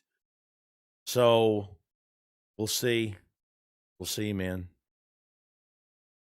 We will see. Yo, Fly Eagles Fly is a girl. What's going on? Appreciate it so much. Becoming a new member to the Camp Shakes tier. Thank you so much for joining up and supporting, and a lot of draft content up. There's going to be new memberships, new stickers. New badges, new stickers, and stuff like that that's in the making right now. And appreciate you joining up. Definitely go grab a membership, guys, if you haven't. Pinned comment above for extra content. It's extra stuff that you could get every month. So, and it's pretty cheap. So, appreciate it so much, Fly Eagles. Thank you so much for joining up. Probably says Smitty would have close to 2,000 yards. He would have 13 to 1,500 yards a season. If if Devontae Smith was actually featured in this offense, yeah, I think so. I think so. 100% there, buddy. Agreed. I need to download, but it's not downloading.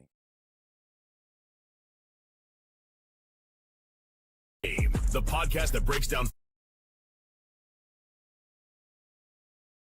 Oh, does it work now?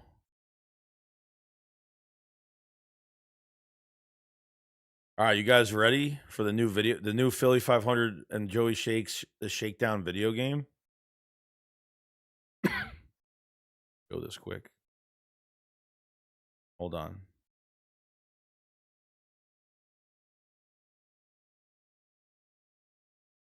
The podcast that breaks down Philly sports just broke into a game. Introducing Philly Shakedown the game.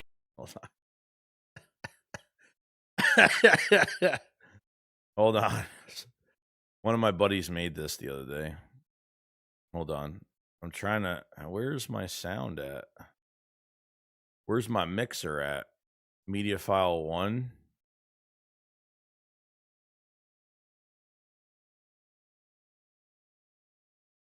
the podcast that breaks down Philly sports. Oh, my fucking headphones aren't on. Hold on. The podcast that breaks down Philly sports just broke into a game. Introducing Philly Shakedown the Game. Shake the league! Play as Joey Shakes or Philly 500. Drop hot takes, smash rivals, and stream your own show while you play. Chat, you see that combo? They're going crazy in here. Broadcast live, clip highlights, and grow your crew right inside the game. Clip it, send it, boom! Another W for the birds. Philly Shakedown the Game. Stream, podcast. Shout out to Chris Kaufman for that. Shout out to Chris Kaufman for that. I thought that was hilarious when I saw it. I was like, oh shit. Funny.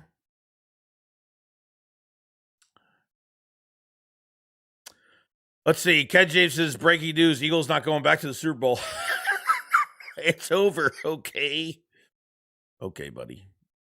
Yes, sir, Joey. Let's see it. Grizzard really knows how to use his running back one, wide receiver one. So I hope AJ and Barkley go off this season. Yeah, dude. Somebody made that. Chris made that. Shout out to Chris. Shout out to Chris Kaufman in the chat. He made that the other day. I was actually laughing my ass off watching that. All right, let's see here. Let's see if there's anything else going on here that's of value or anything like that.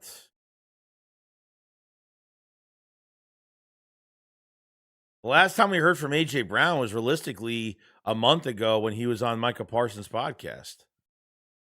That was the last time we heard from him. The support, I love the accountability, I love the everything else that they do. But it just Philly is Philly. You have to be there to understand. You from there, so you understand. Like, yeah, all right. You love, you love the accountability. Yeah, I bet you fucking do, bro. I bet you do.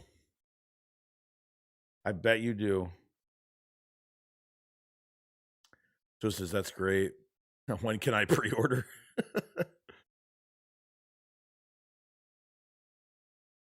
Dave said we got a Philly Shakedown game before GTA 6.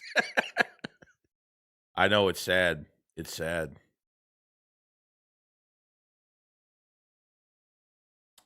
So,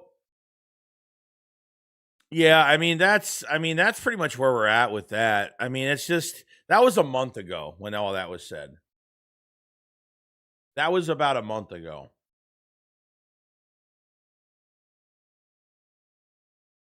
You know?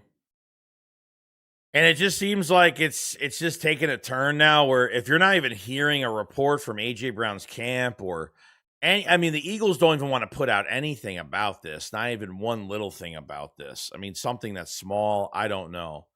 But I mean, is it taking a turn for the worst? I mean, the Hollywood Brown signing's great. It's just I feel like it will be better if AJ comes back. And you know what I mean? Right, Skip Bayless is full of bullshit. He said AJ and Hurts fell out last season over some. I have never watched that guy since Stephen A left First Take. I have never fucking watched that guy once, like ever. And for me, I don't even really watch any. I really don't even watch any of these other because they don't know anything, dude. They get paid more. It's almost as if like us in the chat and I get paid. I don't even get paid fucking 10 quarters of what they get paid just to lie every fucking day. Not that I lie, but that's what they do every single week to put out anything, you know?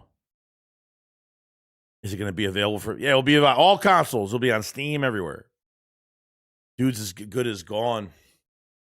The more quiet he is, I don't know. I mean, the more that we're not hearing, I'm like, all AJ, and I said this like every fucking week. All AJ has to do is put out a fucking tweet saying, I'm coming back for the 2026 season. I'm ready to play. I'm ready to go. Let's go get it. I don't know, something like that. I would shut my mouth and be like, boom, we're good to go. But that's not the case. This thing is growing legs every single day.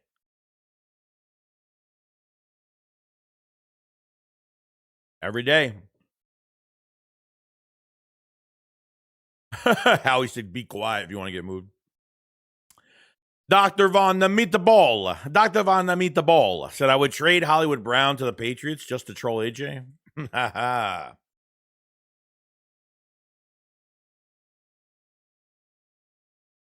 would flat out release AJ.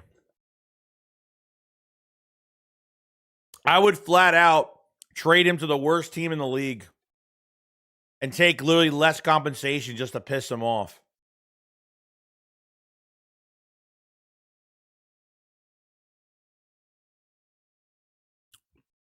Thanks. It would be nice to see Barkley run some old Westbrook halfback screens, and with Munt signing, it's possible. Yeah, I mean, the screen game has been horrible for the Eagles. I mean, you know how pissed off I get when the Eagles are using Devontae Smith on screen passes? I fucking hate that, dude. I hate that.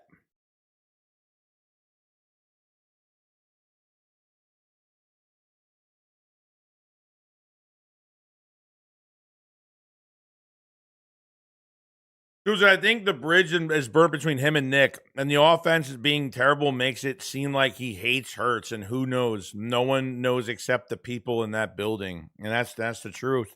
We don't know anything. We're speculating at this point. We don't know if there's a bad relationship between the head coach and this player. I don't know, but it's a little scary, man, because it's gone on for so fucking long. Because now we know it's a post-June trade. This thing, if it's a post-June trade, this thing is going to go on so much fucking longer. And then once it hits draft day, we're going to sit here and be like, could he get moved during the draft? I mean, probably not.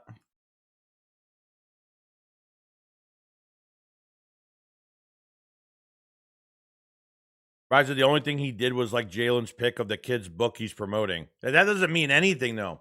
Everybody was like, oh, so they have a good relationship. Well, no shit that they do. Of course they do. It has nothing. This has nothing to do with him liking the book he's promoting. Has nothing to do with what's going on right now. Who cares about that? Has nothing to do with it.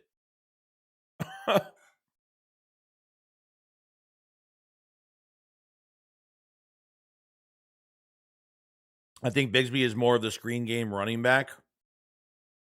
Yeah, I mean, they rotted him on the bench last year. Every time Saquon Barkley was either hurt or had to come out of the game, and then I know Bigsby would come in, produce.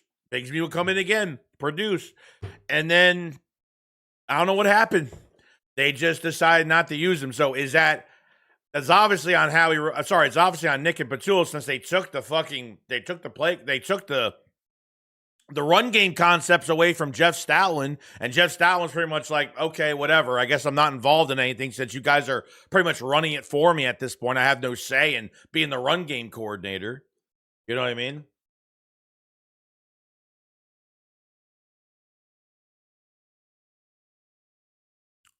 The RG said, I don't think that's far off the truth. Lurie did a concert with AJ, maybe in front of maybe the front office told him to keep quiet through the office. Yeah, maybe. It could be possible, but do we know? No.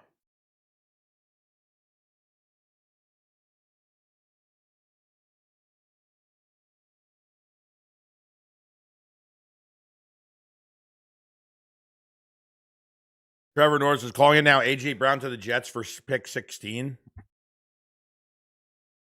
Who do the Jets have at wide receiver right now? Besides Wilson. Besides Garrett Wilson, who do they have?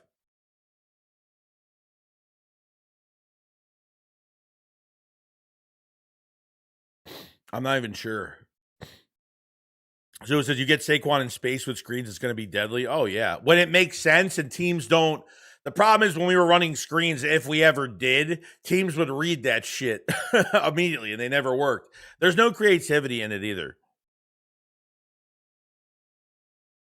Justin, Nick has been doing personal malpractice since the beginning of, Shay says Stout is too old to be a crybaby. Huh. Yeah. Or actually, AJ shouldn't be able to choose where he's traded. No, I don't think he is. But there's only specific teams that have interest. Like, I have no idea how the Patriots aren't hit with tampering since like the head coach at the combine was like on the podium talking about another player. I mean, Jesus. I mean, like flat out talking about a whole nother player from another roster, which makes no sense. No sense at all. Oh, I think they re-signed him. Yeah, you might be right. Yeah, I think you're right. Yeah, they did. You are correct. You are correct.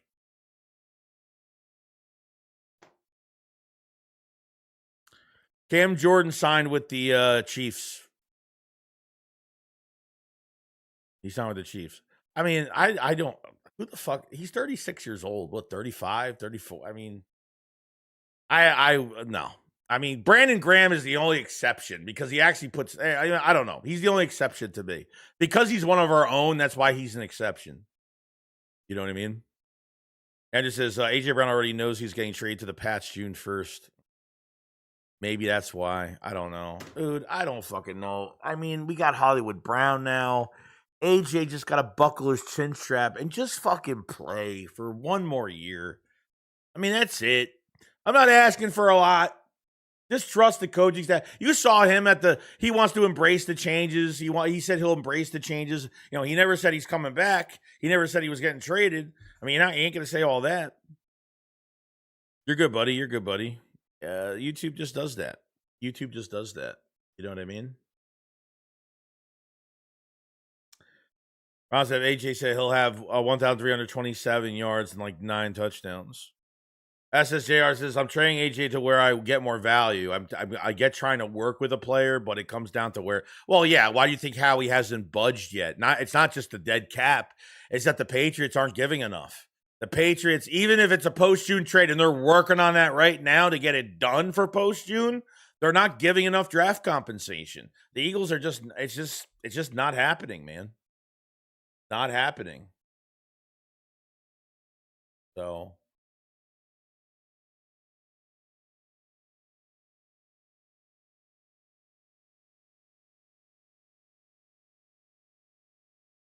I don't know. Duncan says if we go wide receiver in the first round, it's a bye for. Well, yeah, I mean they're definitely not doing. They're not going for a receiver in the first round. That is definitely not happening. You know, it's just like we have enough going on. Like we already have to get an edge rusher right now, and that's already timely. Okay, so if you don't get an edge rusher by the draft, then and then AJ is already gone, and he's already going to be a post-June trade. I mean, you have so many. I mean, it's just so many fucking. It's not even so many needs. 2 of those needs are really for the future and tackle and tight end. But you need a safety, you need an edge rusher, and now you're going to create another hole at wide receiver. I fucking can't stand it. I can't stand it. I just can't. I'm trying to stay cool. I'm trying to stay calm, cool, collective on it. It's just hard for me. DB Sharp was going, but he said if AJ wants to leave, that let him. Otherwise, we will get. Hold on, sorry. Otherwise, we will get another season with this half-ass ever. Well, if he comes back, we're gonna say that he's not. I mean, if the Eagles know he's doing that, or it looks like he's doing that, I mean, he's gone. They'll put him on the fucking bench. I would bench his ass if it shows that. If he's coming back for one more year, obviously before he comes back, there's gonna be a big conversation with the Eagles and AJ Brown, like for his one more year being in Philadelphia. You know. They gotta just sell to him that the offense is gonna, the play, the offense is gonna change. We don't know anything. We just don't know. We don't know the relationship between him and the ownership, him and Nick Sirianni. We don't know how he feels about this team. You know, if he's putting on a fucking act this offseason, especially on that Micah Parsons podcast. Oh, I love Philly. I love the city. And no, you don't. No, you don't. Because playing sports in Philadelphia, you know what's gonna happen. If you start giving yourself attention. And that's what you fucking did, unfortunately. Even though you were right about everything you said, he acts like he's the only fucking player that went through what he went through last year.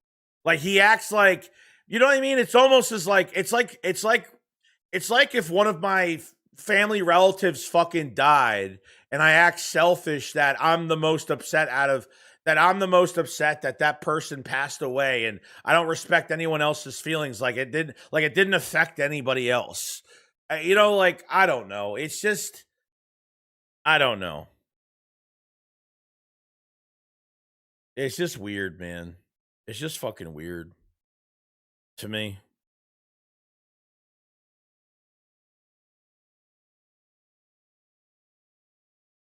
And so the only team I am not trading AJ is the Rams, even if the Rams. Well, no, I mean they're off the table now. It's already been reported that the Rams are already out. So, the only reason why the Rams even were even allowed to talk to the Eagles was because they have that 13 pick from the Falcons.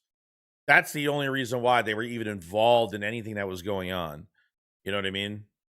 Reb says AJ will be here this year. Next year has an out of his contract. Well, that's fine. Like just one more. We're asking him for one more fucking year. Okay. Obviously, AJ Brown can't be that fucking selfish and be like, yo, like, why am I not getting traded yet? Like, dude, like, you have a lot of value to us, which is respect. The trade is we're treating the trade with respect because you are a great player and we want the most out of you as a great player. We are going to get the compensation we deserve for a great player. This isn't disrespect towards AJ. For me, it's more respect than disrespect that they're being picky about what they're giving up, that what they want for him. Sorry. Michael Menas says, hey, Joey, I think we need 2 linemen, one of Lane and one for Dickerson. Remember, he was going to retire after this year, so tackle guard. Yeah, I mean, they could do that, or they could draft one next year if they want. But they get double. I would look, the defense is fine. Besides safety, they're fine. They're going to grab some depth pieces later on. They have the undrafted free agent pool to deal with as well. So for me, like, they could take care of this shit in this draft. Probably. John said he loves Philly. Does he even know what a good Philly cheesesteak tastes like? Probably not. Steve says Mechie, I believe. Okay. Sue says Jets got a Donnie Mitchell. Okay. Joanne says we need a pass rusher ASAP. I mean, that's what we're waiting on today. I mean, that's what we're waiting on this week. Hopefully they pounce on another trade. Hopefully. I mean, the Jonathan Grenard stuff, yeah. I mean, everyone's waiting on Jonathan Grenard. I mean, that's what we're kind of waiting for. You know? I don't know if Walker's realistic. We've been talking about trading for him the last couple years, and for me, like, I have no idea. I really don't know. I mean, he got tagged, and then he got extended, and then I don't even know, to be honest. I couldn't even tell you. Carlos says AJ trade won't happen until after June 1st. The Birds not eating 40+ million. No, well, yeah, obviously. They'll take the 20 over the 43. So that's definite.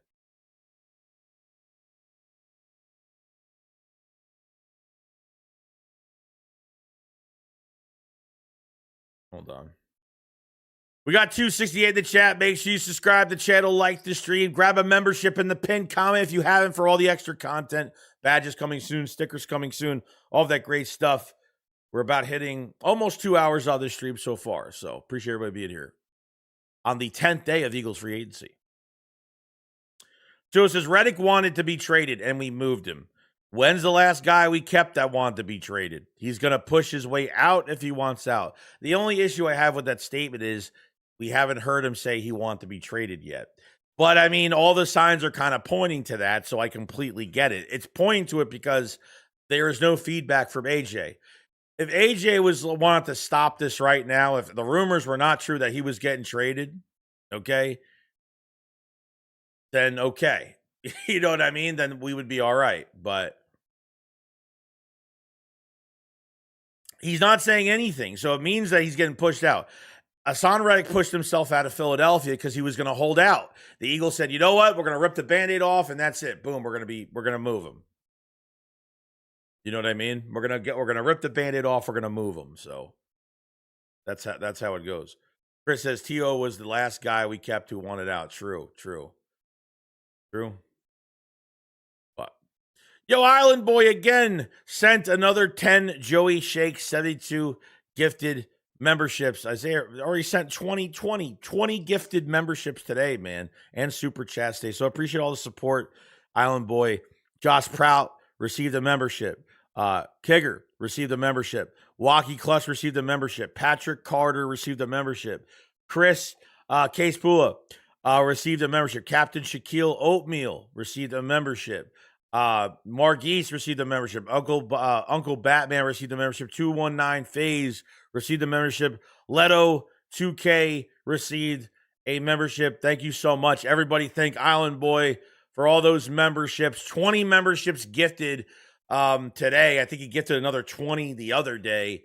So thank you so much, Island Boy, for the gifted memberships, man. Thank you so much. And guys, whoever didn't get a membership, memberships are available. I'm trying to put a lot into the memberships this year.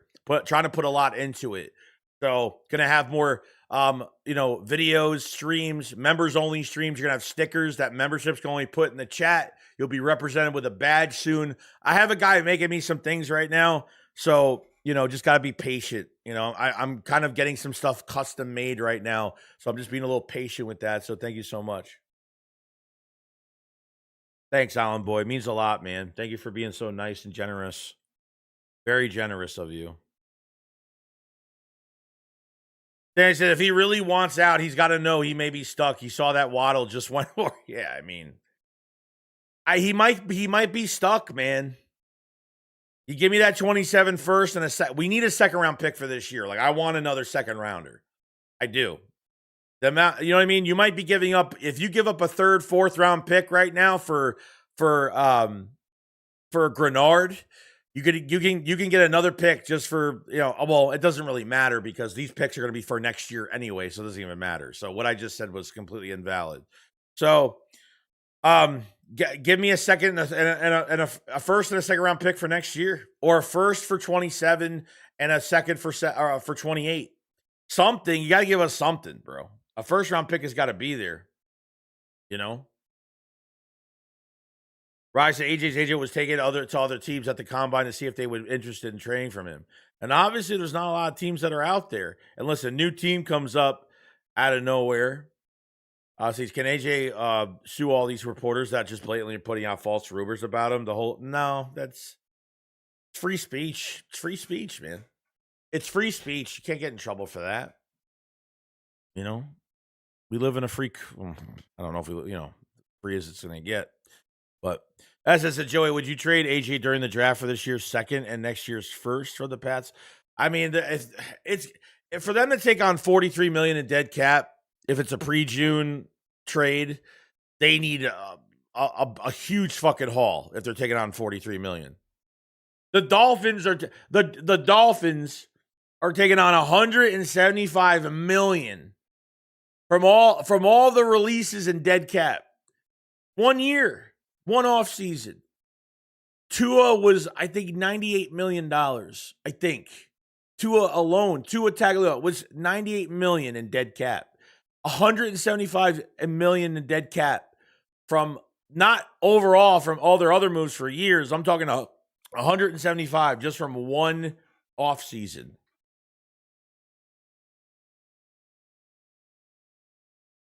Kind of nuts.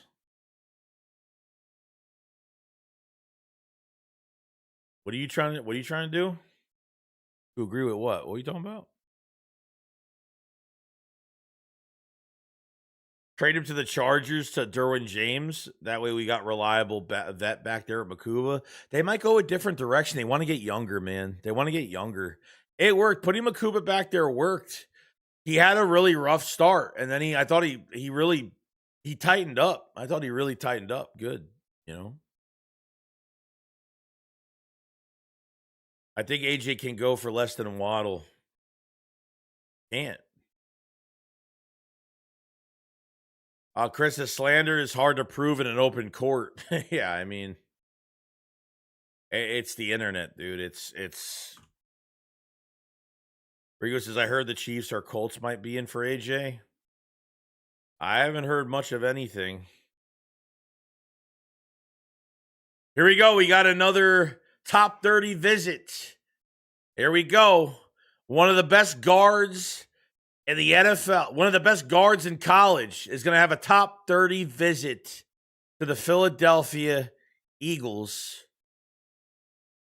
And it is Olivai Galone. I can't say his first name. You try to get me to say a fucking name, I'm not going to get it right. There you go. First, it was the receiver from Indiana. Now, Olai Vaviga, loan. He has an upcoming pre-draft 30 visit with the Eagles. Hell's fucking yeah, dude. Hell yeah. Ready to fucking go. There it is. There's your number 2. If they can get him, if they can get him, we're ready to go. So if they drafted him this year, I mean, he would go in for Steen, obviously, right? Because he could play both guard spots, right? Oh, yeah. Oh, yeah. The Queefs ain't getting AJ? No. No. There you go. Loan is officially on the top 30. Yay, yay. Yay, yay. There it is. There it is.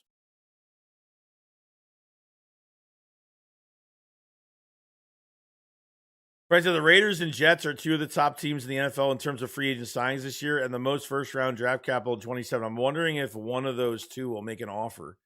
Yeah, I don't know, man. The Jets don't want to pay. The Jets want to play it cheap this year. They want to keep their draft capital. They want to play it cheap. I don't know how much they're willing to pay or what's going on, but Warriors, if they have decided to go with the rookies in the backfield because they can't spend money, they are making it so they can pay Coop, Q, and maybe Reek. We are definitely drafting a rookie safety. Yeah, I agree with that. No, don't think any. Look, I wanted to see what they would do. So Reed Blankenship went for $8.5 million. Okay, Brisker went for $5.5. I said, okay, well, they're definitely out on paying somebody. So, oh, it's not an L, it's an own. I call them. I just say loan because it's yon. I can't say it right.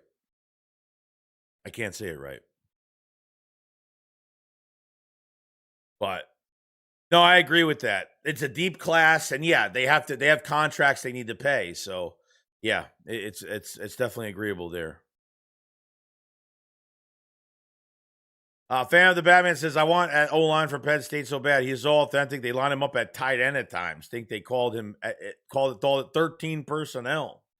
Interesting. I'm also worried about Jurgens leaving in a couple of years too. Well, I mean, don't worry about it. I mean, 2 years is 2 years. Still got 2 seasons. He really has to give us an answer this year. He's got to show up this year. But they need to have someone reliable behind him that can fill in if, God forbid, anything happens. Joseph, they need to go all line first pick. I think you can still get a good safety in the second. I agree. Also, I keep hearing people talk about Downs if he drops, doesn't have the health issues with his knee. Yeah, Downs is gonna. I mean, if Downs drops, I mean, God, too many teams are gonna want him. I don't know. Him and Sadiq are almost. He's gonna be harder to get than Sadiq. I mean, is there knee issues? Is there something going on with that?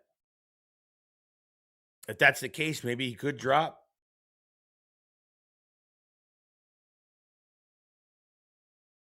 Or else the sign shakes and fire onto our edge problem. Yeah.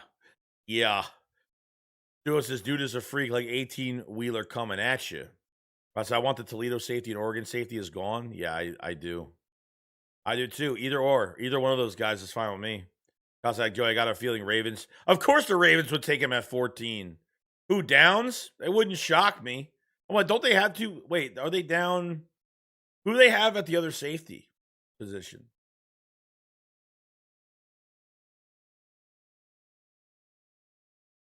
As I said, remotely possible this could be an extension tactic by AJ and his camp. Guarantee money is about to run out. An extension tactic? Bro, he's got like 2 more years. I mean, he's got an out after this year. He's got a team out after this year. He's got the balls to ask for a third contract. Really, a third contract with this team? The Eagles just paid him twice. No. I said, I don't believe this. So I saw a comment on Facebook where he has a friend who works for the Eagles and say Coop definitely moving to safety. I mean, at base he plays safety, but as full time, I don't know. Bud Clark is a really good safety. They could be there in the fourth. Oh, you say the Sadiq to the Ravens? Yeah, that would make sense. That would make sense. Bud Clark is a really good safety. They could be there in the fourth. Had a little bit of an Ed Reed in him with tracking the ball. Yeah, we'll see, man. I mean, there's a good. I mean, I would say there's a good 7-8. I would say 7-8, but I think the first like 4 to 5, I think, could start right now because yeah, it makes sense. I mean, it comes down to like they gotta pay Coop. They gotta pay. We're in the perfect draft for needs, but you want to get best player available. You want to get best player available. So Andrew said next year would be play Kendall at center next year and move Jurgens to guard, so we only have to worry about tackle next year. Yeah, I don't know. I mean, I don't know what they think in Tyler Steen. I don't know if he's even the answer at all. I'm not even sure what they really. I'm not really sure what they think of him, to be honest. I'm really not. You know, I'm not sure.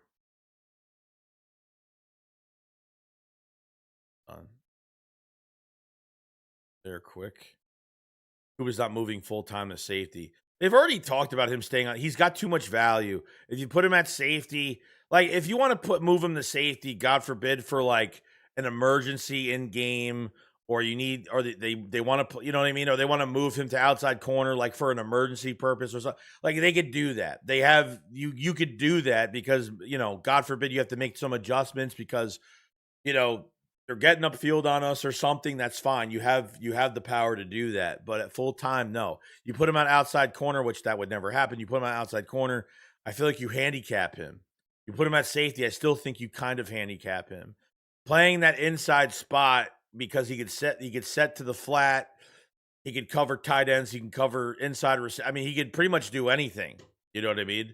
So yeah, no, I got confused. I thought he meant Caleb Downs going to the Ravens, which makes no sense. So this is what it says. Caleb Downs, the injury, Ohio State safety Caleb Downs was flagged at 26 NFL Combine with a partially torn meniscus.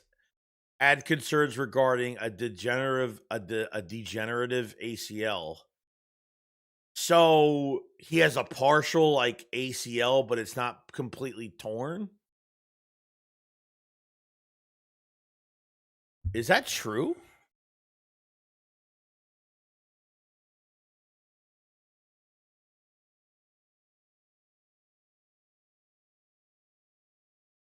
Based on the provided search, there are no information available regarding a knee injury for college football player Caleb Downs. Results discuss injuries to other players such as Patrick.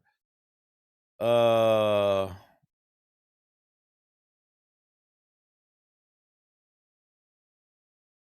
me see. So yes, it says he's reportedly flagged at Choices Combine, partially torn meniscus and a potentially degenerative ACL, creating concerns about his long-term durability. While some teams may view the knee condition as a significant risk, others may consider it manageable, potentially affecting his draft stock. Oh shit! Damn. So, yeah, I mean that could hurt us if he's not taken. That's one player that's not going to move down because I mean we pretty much didn't have him. I mean we had him going early. Yeah, I mean it's got to be true, I guess.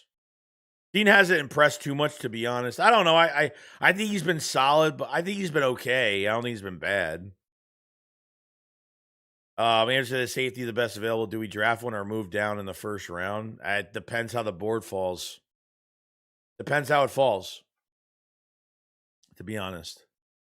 Gambo said you can play Cooper at safety and base packages, Cooper at nickel and Carter at safety and sub packages, which is true. Van the Batman says, what will their answer be to pass rusher? I mean, they're going to trade for Jonathan Grenard. I mean, that's what we're waiting for right now. I mean, if they don't have an edge rusher by the draft, like then we're fucked. Then I don't know. They're gonna have to skip on edge rusher and maybe draft one later on. I don't know because they have too many futuristic needs and to players that could play this year as well. Safety, tight end, offensive line. I mean, they can't pass on those three this year. Like they relatively got to be between rounds 1 to 3 with those 3 picks. They got to be there. Relatively, that's where it's got to go. D-Max said, yeah, it's about true. It's true about Downs. Okay. Because the KO Downs is potentially torn meniscus and a potentially degenerative ACL, but NFL teams report no major concerns. Yeah, we'll see about that. We'll find out about that if that's even true. Well, I mean, the report is probably true, but teams barely pass. Like that team, most teams aren't passing on him. Yeah, we'll see. Things change last minute. Rams will not pass on Downs. He won't last to the 20s. John says that's what I just saw. Yeah. All right. Well, at least we know that now. Yeah, he's not making it out of the top 10. Yeah, probably not. Why is Sidney Brown and Ringo still on this team? And if that's the case, if it's Howie, it sounds like a Howie pick. Well, they're good on special teams. That's why. They can't do much of anything else for us, but that's pretty much why. Ron said if our top guys are gone, we could trade back for an additional second and maybe next year's first. Well, yeah, that's the plan. If everybody is gone by 23 and there's nobody left, and I'm not taking Proctor, I'm not taking the Alabama tackle at Proctor, I think is a late first to a second day. Trade back that. Some team wants to move up. Some team is going to want to move up and get back. There are teams that always want to try to get back into the first round. Trade back. And I really do want to trade that pick back. I wouldn't even mind doing it. Okay. For that 27 first rounder, but if Howie feels like there's way too much on the board, he's got to take somebody, maybe he feels like someone is going to slide, because usually there's a lot of rumors and past information down from war room to war room of what other teams are doing. Howie doesn't like staying patient. That's for sure. We got lucky with Cooper DeJean. We stayed patient because 13, 14 offensive players were taken. But like I said, the first 13, 14 picks of that draft, we got lucky. Quinyon Mitchell was there. We got him in our grasp. And we got him right in our grasp. And DeJean, pretty much one little tiny trade up in the set. I mean, we got him. I mean, lucky we got. Way lucky we got. Lane says Eagles should have talked into Jace Kelsey being the new offensive line coach. He ain't doing nothing but that stupid ESPN gig. That's what it is, man. That's what he's doing. That's what he's doing.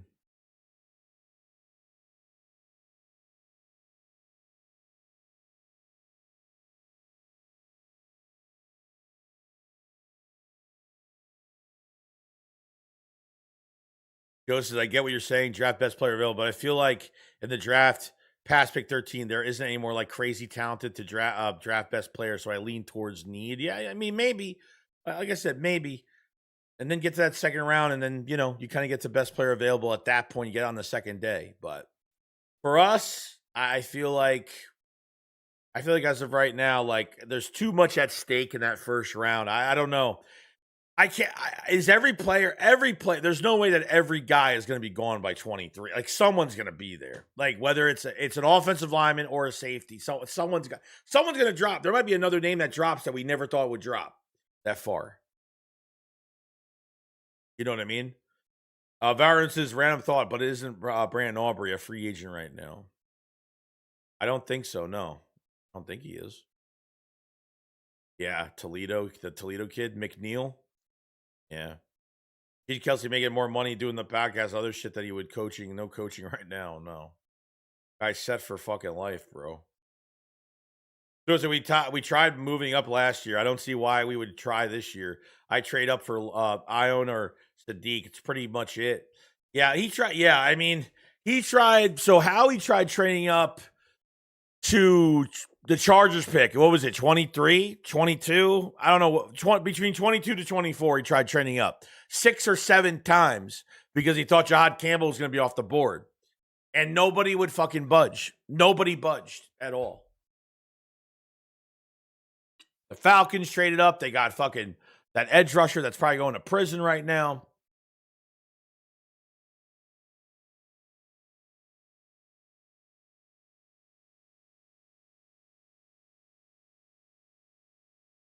Let's see. Joe says that I think this draft passed like 15. The rest of those players mostly 2-day picks and third rounder, to be honest. Yeah. So could you see Kelsey being the new Stout if he would come back to coach instead of ESPN? You know, why do people assume Kelsey would be a good coach? I don't know. For me, I don't think every player can be a good coach. You know,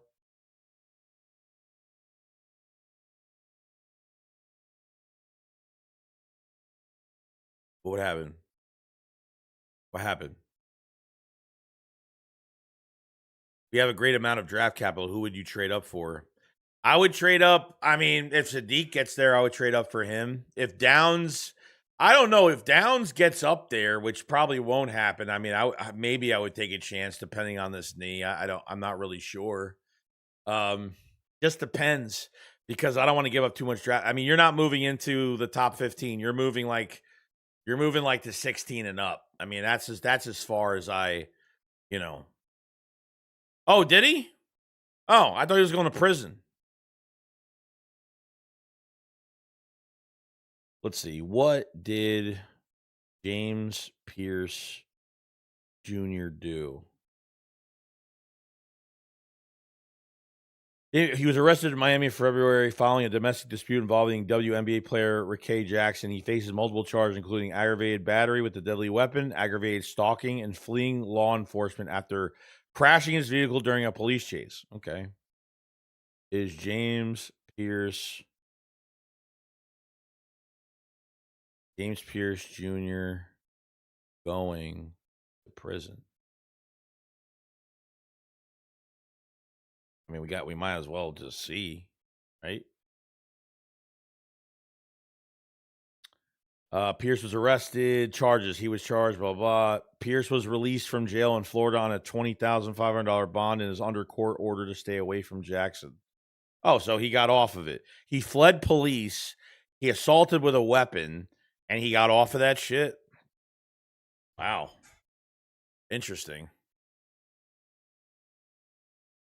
Oh, all right. Oh, I'm just saying. I'm just very blunt about it. I mean, is he going to go? Yes, Aubrey is a free agent, but the Cowboys put the tag on him if the team signs him. But I think it's a second-round pick. Yeah, it's fucking ridiculous. He still got all the other charges. Trade our first for Walker. No, that's not happening. No thanks. Too many good players in this draft of need. John says Mandala, and everyone's saying that people ask questions, you laugh, your joke, go play in oncoming traffic. Damn. All right. All right. Yo, Poe, what's going on, buddy? One Sean, what's going on? He said it's not over.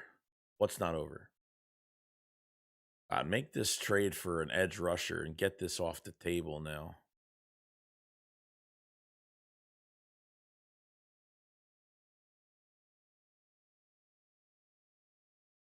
I'm not seeing anything. So at least that Alala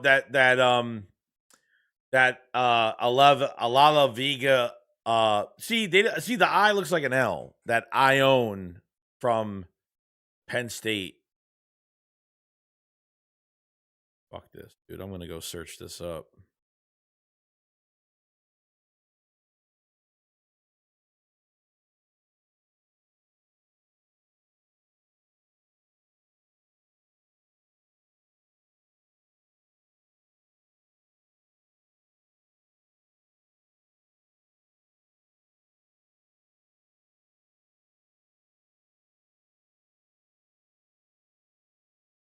Yoani. What? I don't know. I'm trying to search how to say his name right, but it ain't working.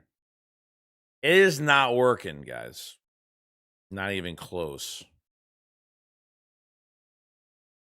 Let's see.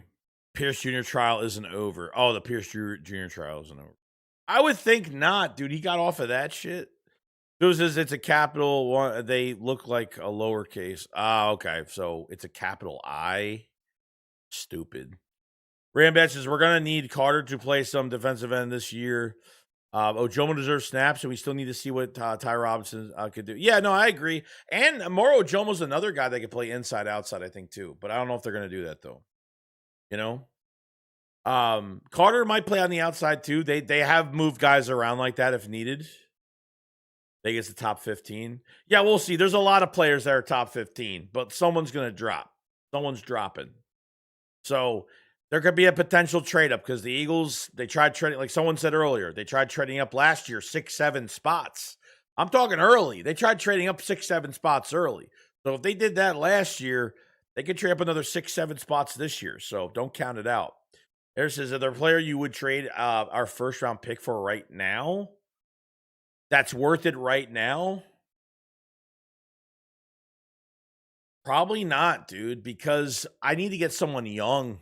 I need somebody on the young. I need somebody fresh out of college because there's too many. I don't want to get somebody at 26, 27. I don't want to get somebody at a mid-age to late age right now because we need as much time as possible to get these other contracts paid off. So it's from an age standpoint. I don't want to give up a first round pick for a fantastic player that is a lot older that we have to pay a lot of money to right now. So it's if you're looking at offensive line, you don't pay an offensive lineman. The Eagles haven't paid an offensive lineman free agency besides extensions since Brandon Brooks. That's how long it's been. It's been 2016. That's the last time we paid. That's how long it's been since we paid an offensive lineman. You're not paying a tight end top money. You know what I mean? So any need that we have, regardless, you have to pay that player. You have to pay that player regardless. Even if you give up a first-round pick for the best player in the NFL right now, you're going to have to pay that player regardless, and that's more on the books for Howie Roseman. He's not trying to add more of a contract like that right now, even if you give up a first-round pick. So that's kind of where we're at. Joey, I want somebody that can contribute now with the premium pick should we cross the O-line bridge when we get there. Yeah, I mean it's probably gonna come really early. Pause.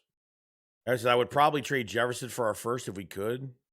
Yeah, but dude, like it makes no sense from the standpoint of our cap space to even have that. You'd sign him. I mean, what's his number? Then you're gonna have to carry his money. It's trading for him is one thing, carrying his salary is another. You know what I mean? Especially we don't know what's going on with AJ Brown. So this is by draft time we're gonna have no idea what's going on with AJ Brown. Probably still. You know what I mean? Mon says, I love the O-lineman in the draft. No way I'm trading back. Rye says, Q and Coop both slid in the draft. You never know who will fall to us. That's what makes the draft exciting. Exclusive says, college guys are coming out, 24, 25-year-olds because of the NIL and yeah. So the guys that couldn't come out for the draft that time, so it excluded another year. So, yeah, I'm not picking up a 25-year-old in the fucking draft. That will never happen. Never, ever, ever. He's going to come off his first contract at 28 years old.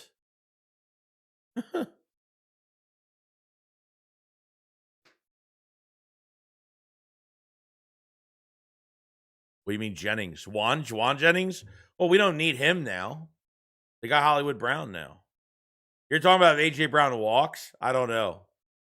Jennings, it was productive last year, but he had an injury. Now he wants like $20 million a year. Hence why the 49ers ended up signing Christian Kirk because he was a cheaper option than re-signing Jennings. Vega pancakes dudes in the run game. He finishes every run block at a lot of ground. Freak. Can't wait. I'm glad they're bringing in offensive linemen. That's good. Agree to disagree. Passport to Aiden Hubbard from the Northwestern is really good. He should be an option around third round. Okay. Big Pickett said the things to build roster going to be done and continuing the best player available. Exactly.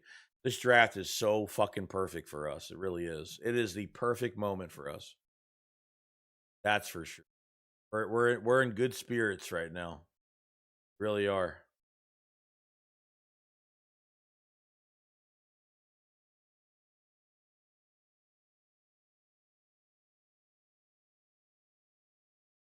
Rocky says Q was 23 when we drafted him, but that's the oldest I would draft a player. Yeah, I mean, 23 I could deal with.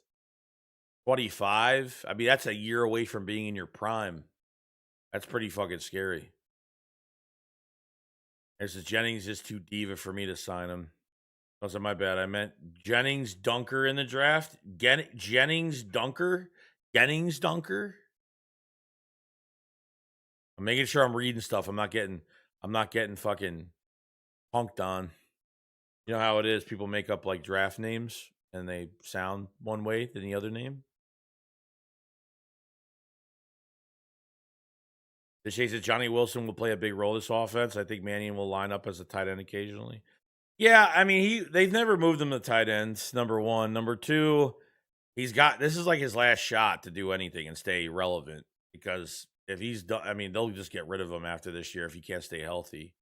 I was excited about him last year, but it is what it is.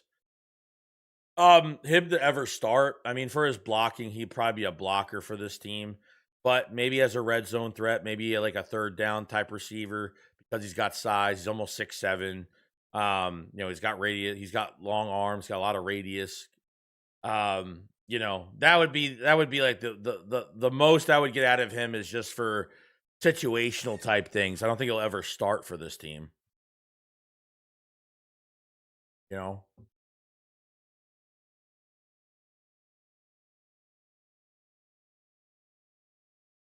The Mullet Man.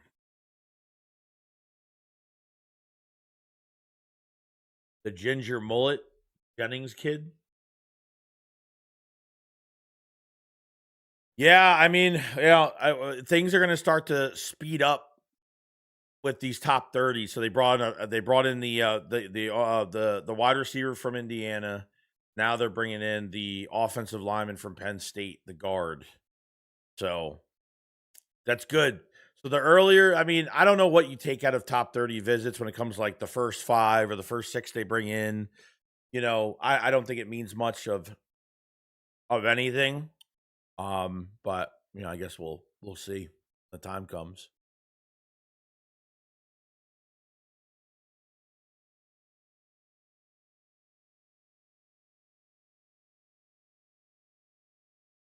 I would say Wilson is a mauler. Sua says, what a letdown. Anais Smith. Yeah, he really was, dude. I fucking totally forgot about him. I mean, he looked coming out of Texas A&M. He looked really good. I mean, I thought he was like perfect fucking height, perfect weight, perfect size, could catch in traffic, yak yards after the catch. I mean, he looked like a perfect wide receiver 3. But man, that guy couldn't catch. That guy couldn't win a fucking route. I mean, God, he couldn't do anything, bro. It sucks. Sucks. I just look at what rounds guys they bring in are projected. Yeah, I mean that's what it comes down to. Yeah. That actually makes sense. Yeah, I agree. So they got 2 top 30s done now. They got 2 top 30s now, a wide receiver and a guard. So we'll see. We're hoping they're going to bring in some tight ends, more offensive linemen are going to come into the fold. Most likely, I would have to expect that.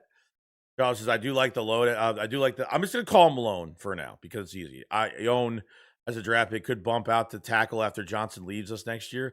I think he's purely a guard. I don't know if he looks like a guard more than a tackle. So they may want, I mean, I don't know. I mean, what happens if Lane leaves and you draft an actual guard this year? That's what I don't know.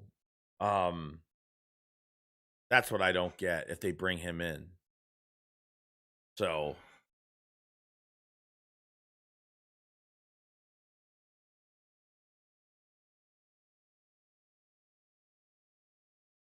let me see, actually. I'm going to see right now if he has. Based on these reports from Vega Alone, is a standout offensive line from Penn State, but he plays left guard, not tackle. Started all 16 games at left guard in 24, is considered a top interior offensive lineman performance. He is described as a top guard prospect of the 26 draft, praised for his pass protection, anchor, and his ability to use his hands. Plays at 6'4", 328 pounds, ideal for interior position. So why would they bring in a guard that plays left side? I mean, like Dickerson's got to play this year, so like why? That's what I don't get. I've never heard he looks like a guard. I thought maybe he played both guards, but I don't think he's even played right guard.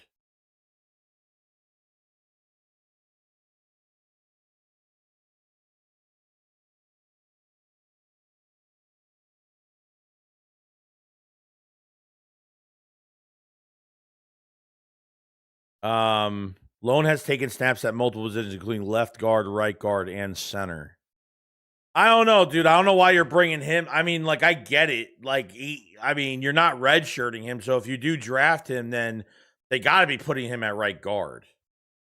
They got to be putting him at right guard. There's no fucking way. He's played left and right guard. How much right guard? Probably not as much. No.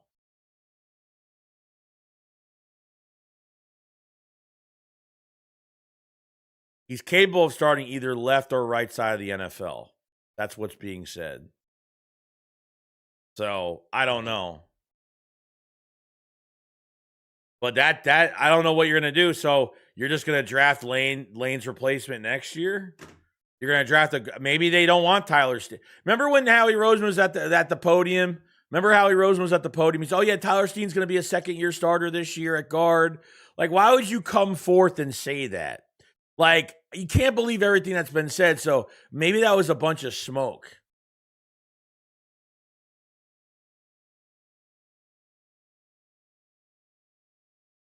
Yeah, but that makes no sense. You're not going to sit a guy for 2 years. You're not going to sit a guy for 2 years. That's what I'm saying. That they're not doing that. They're 100% switching him to right guard. That makes no sense to me that they would put him at I would, put him at Suo said it. Play Vega at right guard till Dickerson retired. If he could play right, obviously they're gonna have a talk with him, and you know what I mean. So they already kind of know probably all this information. So I don't know. Play him at right guard makes more sense because he's a way better talent than Steen. Putting him next to Lane Johnson, yes.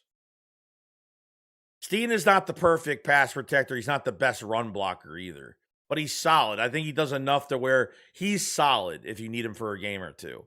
And then make him the backup this year. Just make Steen the backup. You know what I mean? So you have good depth. Tyler, let's see Tyler Steen's contract here. Tyler Steen.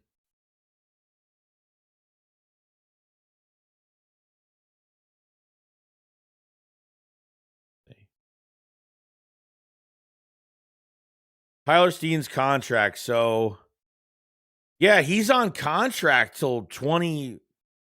Oh, wait. No. This is the last year. Yeah, this is the last year. This is the last year of Tyler Steen's contract. His cap number is only 3.9. So, Tyler Steen's a free agent after this year. So, yeah. I mean, Jordan, what's going on, buddy? So off subject. What about Kayvon Thibodeau from Giants? Shouldn't be too. Well, it's not off topic. I mean, it's a trade for a player. So, the trade with the Giants, I wouldn't even touch that. I mean, I'm not trying to help them. They're going to try to up us on a pick. We're not going to get the value we want. I'm not even going to touch that, to be honest. Yeah, Vega is a guard, but he's mostly a left guard, not a right guard. He's played both positions, but how much has he played? Dickerson is gone Dickerson's playing for 2 more years. Or maybe they know something we don't. Maybe he plays only for a year. I don't know. But Joe says, leave it to Howie. He is playing chess, not checkers. That guy's mind is crazy. All we're talking about and thinking this one man doing it all is crazy. It's true.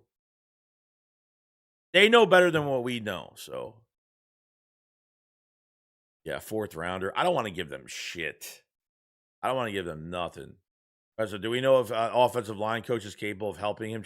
Well, yeah, that's going to be the bigger question. This Cooper guy, whatever his name is, was with the Vikings the last 4 years. We don't know what he's going to do. So I think him and Mannion have some connections. So I don't really know. I don't know how good this guy's going to be. I'm not really sure. Jeff Stalin is not easy shoes to fill. And we're going to have to find another good, talented coach that can get the most out of our guys. And hopefully we get that good news in training camp that it's working well, you know? So we might like this guy a lot. Who knows? First goes, could they move back for a second this year and get back their first? Next? Oh, yeah, of course. I have them trading that first round pick back. If there's like not enough on that board to where somebody is definitely not worth it, once you get to like the early 20s of a draft, things start to die down when it comes to blue chip players. So if you feel like there's not enough blue chip and there's more ceiling, then you definitely trade that pick back. That's where I'm at.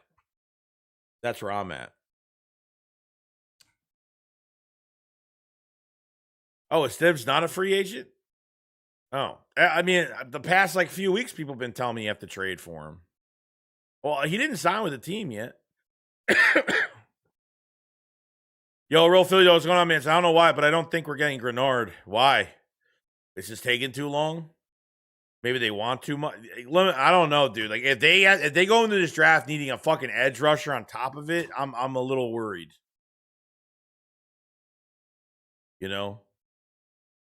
I'm a little worried. Yo, Riz. He said Joey Shakes just jumped in. Yo, welcome, Riz. How you doing, man? Welcome back, buddy. So this loan, this Vega kid didn't allow a sack in 25. Yeah.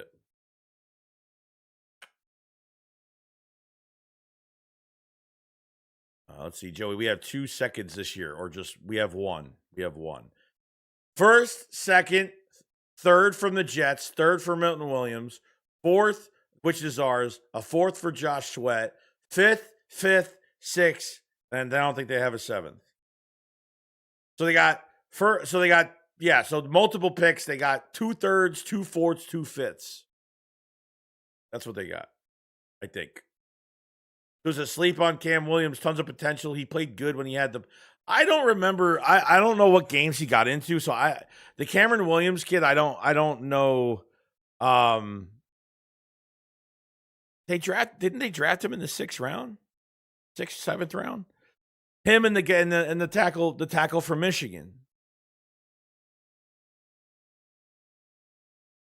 This is not a free agent. They picked up his fifth. Oh, they picked up his 5th year. Okay. Rosa, I think they want too much. I'm 100% against drafting interior lineman in the 1st round. Yeah. Oh, well, I think they want too much. I am 100% against. I am 100% against drafting an interior offensive lineman in the 1st. Well, you got to put him on field. I mean, he's got to start this year, obviously.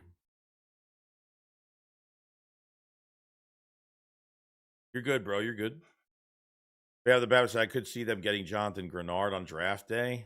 That's too late for me, bro. I think Howie's not trading for an edge right now. I think it's a safe assume he's going to draft. Bro, there's so much we need. It's not that there's so much we need. There's so much future. We're drafting guys for the future. We need a safety like to play right now next to Makuba. We need a tight end for the future, but he's going to play a lot this year with the double tight end sets. He's going to have a lot of playing time. Okay, you need an offensive line. You need to draft an offensive lineman. There's no ifs, ands, or buts about it. You need an offensive lineman. So now adding an edge rusher on top of it, I don't even know, dude. I hope they get this shit done. It may be too early. It's still early. We're not even, you know what I mean? It's still early. We're not even at the end of fucking March yet. We're not there yet. We're not. We have another week. We'll see how it goes. We got until April. We got until the draft. So. Yeah, 6th round, he had a shoulder. Yeah, he came off injured, I think. Yeah.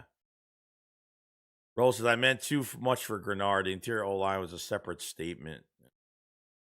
Jarvis Swayer, what's going on, man? So I think the guy's right. It seems like it's taking too long they might be waiting for draft to grab an edge rusher to save enough cap to pay Coop and Q. Well, that's the reason why they're drafting a safety. I think if they had Coop or somebody already paid right now and their cap was a little bit better, I think they would have brought a veteran in the building, or they would have assigned Reed Blanchard, or they would have went out and got Brisker for $5.5 million. So if that's not the case, they're saying, you know what? We did it with Makuba. Let's do it with they need, they need a top talent at safety. There's no doubt. Like, I don't think you're waiting until the third round. Like, your safety, offensive line, I don't know. It's going to be a tough one for me. It's going to be a tough one. So I wish we had like another second round pick or something. I wish we had an extra pick in the second round. It would really help. But if edge rusher is available, I mean, for the draft, I don't know. Pat says, I don't know. We haven't brought back Epps yet. Yeah, I know. And that's what I've kind of been waiting for. Either they're drafting somebody or they're going really cheap with Marcus Epps. And I don't trust his health. I wouldn't mind him back because I think the Eagles feel like they don't need some top safety this year. Because if they sign Epps, they don't think of him as like some top guy. He's a nice scheme guy for the Eagles, but his health is just a huge question mark. I mean, he came off a torn ACL with the Raiders. Then he got here, hurt again, started in that Chargers game off practice, and then he actually looked really good the rest of the year. Yeah, that's what everyone's saying. Cam Williams supposed to be projected a first-round pick this year's draft. And then he got hurt again during the year, didn't he? See.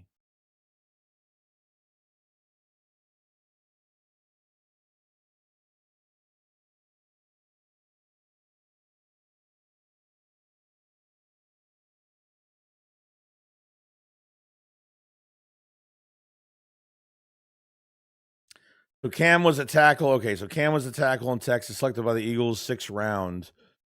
Williams suffered a shoulder injury shortly after joining the team and was placed on the injured reserve after week 1. The Eagles activated him from IR and active roster on January 1st, 26, following a 21-day practice window began December 25. He was a full-time participant in practice before his activation, suggesting the shoulder issue was resolved enough for him to play at the end of 25. While he was dominant high upside tackle prospect at 6'5", 335, inconsistent technique, 16 penalties in his final season, and his injury saw him drop to the 6th round, he is viewed as a developmental powerful right tackle. Yeah, I mean, so he missed the entire fucking season, pretty much. So they're not waiting for Cameron Williams. They're still going to develop him, but he missed the entire season. He never got better. So just because it's a guard doesn't mean it's off the table. No, I don't. I mean, if they have interest in Vega from Penn State, there's got to be a reason behind it. So whether it's not for a left guard because it makes no sense, so I'm suggesting that he's going to play right guard in front of Tyler Steen because there's no way the Eagles think that Tyler Steen is some star. Like, they're not paying Tyler Steen after this year. They're letting him walk. They're letting him walk after this year. So his contract is up. You know what I mean? So not getting Lane's replacement is a little worrisome, but maybe it's not. Maybe they have more interest in getting, maybe they double dip at the position, or they get the guard that comes in right now and then get Lane's replacement in 27. And then once Dickerson, I don't know. I mean, it's a little confusing, but maybe it's not. Maybe they have Lone play right. Maybe they have Vega play right guard this year and in 27. And then they, you'll have two, that right side of the line will be brand new by 27. The right side of that line will be brand new. So, there's a lot of different avenues they can go over here. Brooks, I wish we would have just signed CJ, but it is what it is. Yeah, no. That shit is over with, dude. The Eagles had so much time that even when last year when he didn't have a job for like a few weeks. They could have re-signed him. Roxy, I think we trade back in the first. Padman said there are some really good guards in this draft. No, there is. Michael Meehan says, Joey, I think they should move. They should move Jurgens to put that guy we drafted from BC, put him at guard. Oh, the guy that plays center guard. Yeah, the guy we drafted in the 5th round last year. Elijah Mitchell. What's his name? Elijah Mitchell. I forgot his name. I always forget that guy's name all the time. Every time I fucking talking about him, I always forget him. Oh, Drew Kendall, not Elijah Mitchell. Drew Kendall. You're talking about? Because I wouldn't pass on Quentin Nelson. Don't pass on him either. No, or Vega. Wizard King said workplace issues with Chauncey. We're never going to bring him back. No. He's done, man. I mean, it sucks. He could have had a long career.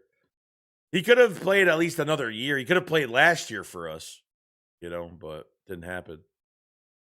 Big Pickets, the Eagles should move back and clean up day 2. Yeah, they might. They get another pick. They get another pick in the second round. They get another pick in the second round. They get an extra first rounder. Yeah, Drew Kendall. Yeah. Craig Cleveland said, what happened to the offensive line guy we stole from the Rams? Oh, the Willie Lampkin. I don't know. I mean, he was a Jeff Stoutland, developmental guy. Now with Jeff Stoutland not here, what do they think of him? I have no idea. Apparently they love Drew Kendall.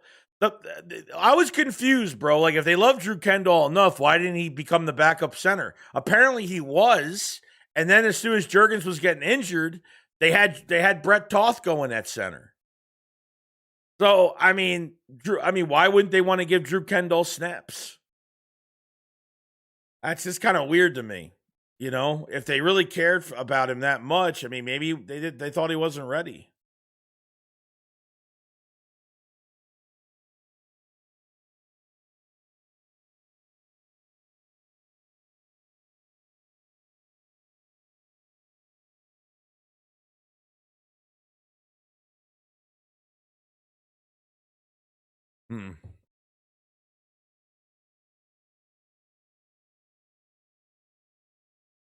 Okay.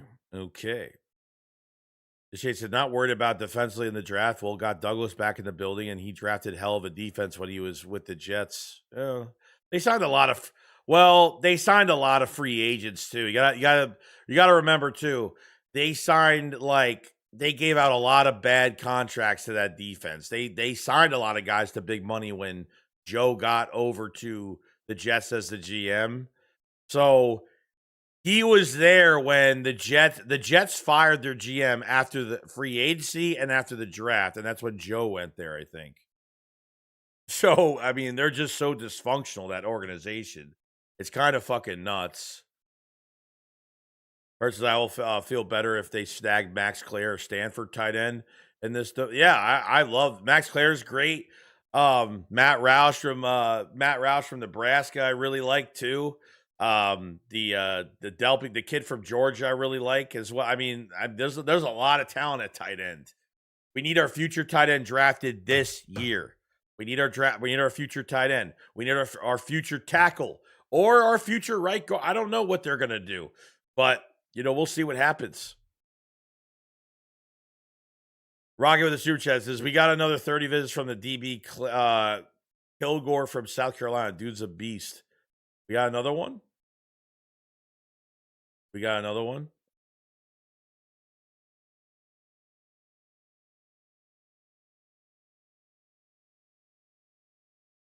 I don't see it reported.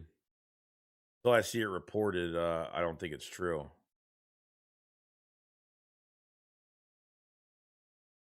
I'm looking.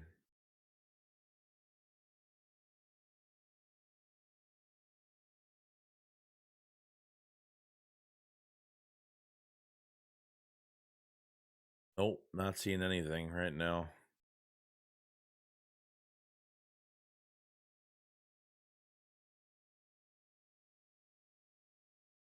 I might have to wait a little bit then.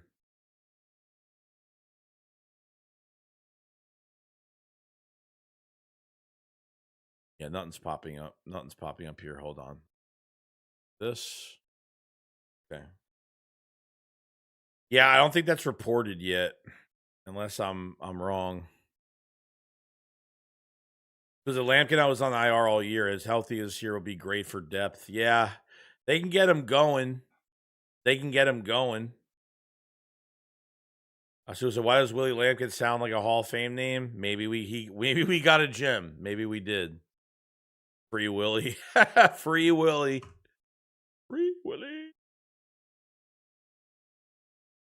But yeah, I mean, I don't know if anything's gonna happen today, but if they leave edge rusher empty by the draft, it's gonna be like fucking insane. Like, they don't have an impact at that position right now. And, that Abikabe kid from the Falcons, I mean, I think he has a chance to really wreak havoc in this defense. I really do. I just don't know how much. I just don't know if it's gonna. I think there's a chance, but like I said, it's a gamble though. So I don't know. They took a gamble on, Josh Uche. They're taking a gamble on Ojolari. And this guy from the Falcons, he might do some damage. We'll see. Or let me check that out.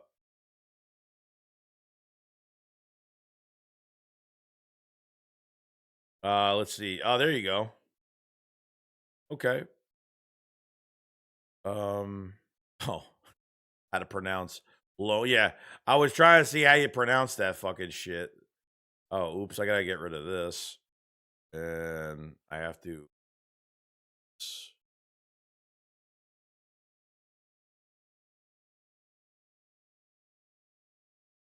No. There it is. There it is.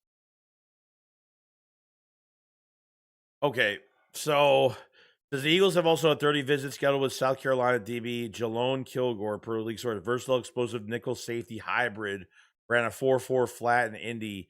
Ball production has been a major talking point for teams. 8 career interceptions, 21 PBUs in 3 years. Damn, that's really fucking productive. That's really fucking productive. Damn. Shit. So they want to get some versatility in this they want to get more versatility in this defense. Yeah. All right. Let's add it to the list. Add it to the list. Good. No one else is reporting it though, which is kind of weird. So we'll see how much more. Yeah, I mean, that's great. I'm glad. So they're trying to get another guy who can play multiple positions. And a ball hawk. A ball hawk that can play multiple positions. Young as this defensive man, he would be elite. Yeah, he's going to go real early, though. Willie Napkin. Weird King says, as much as fans may not want to splash their first round, Philly will also certainly draft O-line or trade back. I agree with that, 100%. Lampkin, well, as NC, I would love to see him emerge as a great right guard for us next year. Yeah. Yeah. So, Brett said, I want second this year and the first next. Next, cheat great wide receiver. G, get Denzel Boston. I've heard his name. Wide receiver are easiest to come by. Yeah, I mean, if you're talking about like a good wide receiver with like that has like an elite ceiling, maybe there's not much elite guys in this draft, but there's all different shapes and sizes you can get this year at wide receiver.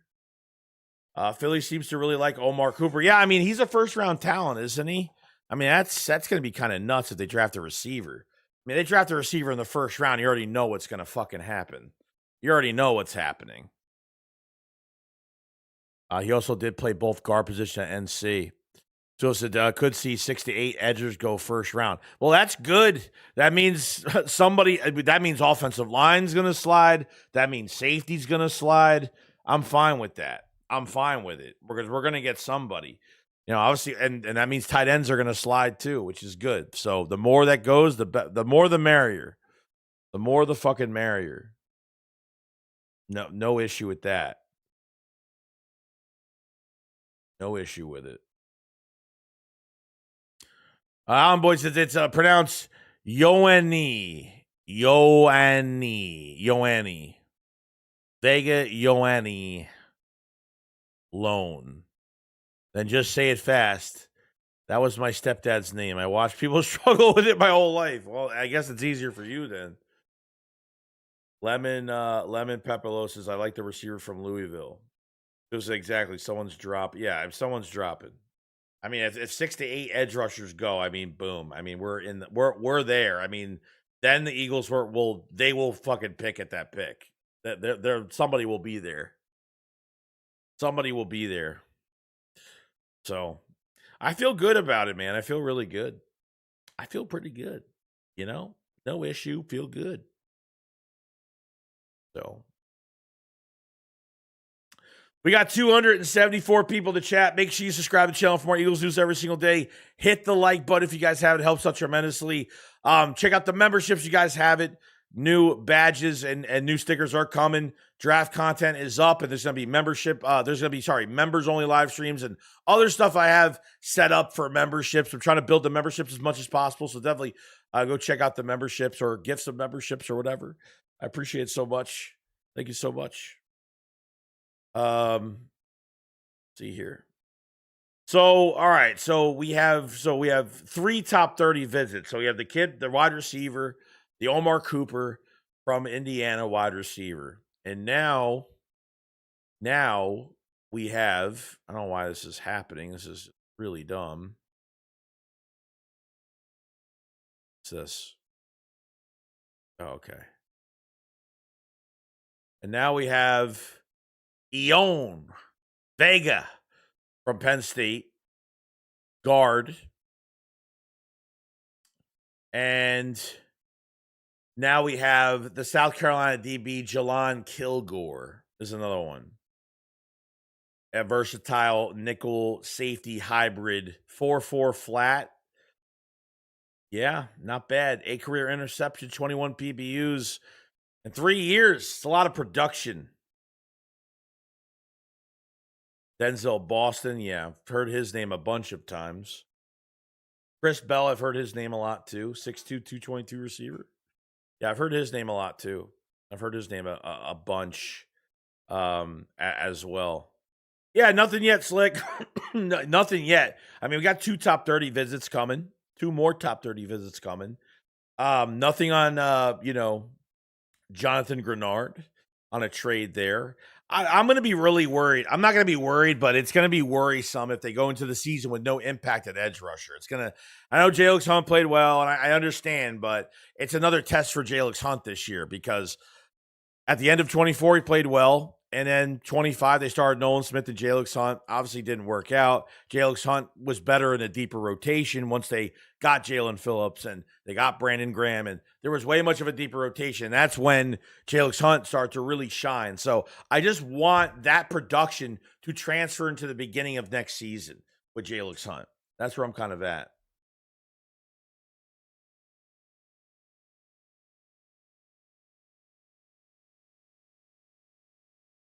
Is it Denzel Boston reminds me of Drake London? Me and Mike's a big I really like. Yeah. Brian said Joey, if Sadiq is there around 16, I'd be picking up the phone. He gets past 14, 15. I think you're picking up the phones. I think the Eagles will move up 6, 7 spots. They tried doing it last year, so I don't see why not.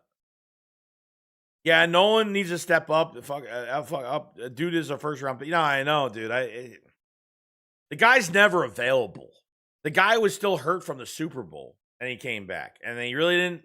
His pressure percentage was good, but I mean, as a first-round pick edge rusher where you got to have those sack numbers to get paid, okay? He don't got that, man. He don't got that. I mean, we have him, and he's trade bait as well if you want to trade him somewhere to sweeten up a deal for somebody. You know what I mean? How much is it going to happen? I don't really know. But we'll find out, I guess. Because is going to be pissed if the Chiefs take Sadiq, figures they suck ass, and Kelsey going to retire next year, and they take him. But hey, they need CB1. Yeah.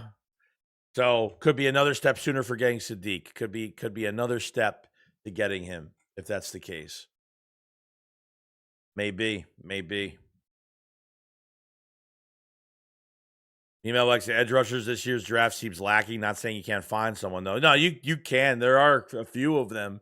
But I mean, a lot of them could go in that first round. I mean, whatever position gets pushed more, Eagles have to pay attention to other positions too. So I'm hoping an edge rusher is all they got to do is trade for fucking Grenard and they're fine. They're set. They are fucking set. So I don't know. I hope.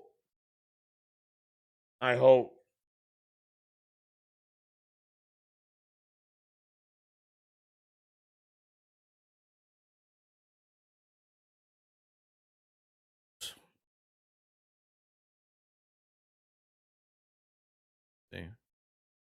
Okay. All right, we're good. Let's see. Rocky says it's either Grenard or draft an edge since Chubb signed with the Bills. Yeah, Bradley, I don't think they even talked to Chubb at all. Chubb only signed for like 14. I mean, it wasn't even much. It was way below average. I mean, he's 29 years old, coming off an 8.5 sack season with the Dolphins. Ron, so I'm excited to see how Jordan Davis does this upcoming season. Yeah, I'm pumped for Jordan Davis. I mean, he's well deserved of that contract that he got. Good for him, man. He deserves it. He fucking deserves it. I mean, I feel like with Hunt, he starts out slow in the year, and then by week 6, he starts to turn up the heat. Yeah, that's what usually happens. What usually happens. Yeah, he really proved it. You know, maybe he may have not lived up to that first round talent in the beginning, but as a nose tackle, he's looking like a first round pick nose tackle. That could do a lot more than be a nose tackle. Not just a 0 tech, but a 1. He could line up in a 3. It doesn't matter. I mean, those crucial 3rd, 4th downs, those big fucking stops, the blocked punt fucking touchdown that he had. I mean, oh, man. Amazing. Because Nolan shouldn't have been a first rounder we reached. The pick should have been Brian Branch. Still pissed we didn't take him. Yeah, it was a reach. It looks like a reach. Because originally everyone was saying that Nolan Smith was going to be our first round pick of that draft. Imagine if we drafted Nolan Smith early in that draft. Sage Carter got taken and we drafted Nolan Smith at 10. Yep, we would have failed that pretty badly. Pretty badly. Yeah, 3rd for Grenard. I'm going 4th rounder. I really don't want to give up. I really don't want to give up a 3rd rounder for him. I really don't. I'm really not interested in it, to be honest. A 4th rounder if they can get away with it. So we'll see. I'm not really sure. I'm not really sure.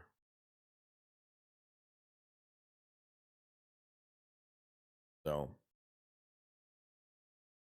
we need wedge. We need edge, safety, and off. Yeah, no, that's what we need. Safety, offensive line, and tight end. I mean, edge right now we need it, but for the draft we don't need it just yet. Sweat did talk about a trade. He talked about requesting a trade, but it doesn't mean he's going to get moved. That's the only thing. It doesn't mean anything.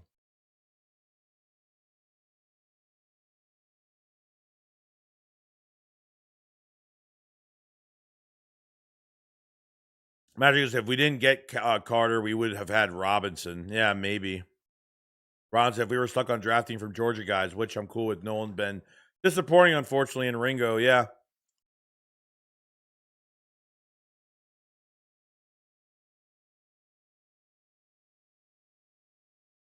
What if I said Brian Burson? That would be great pickup.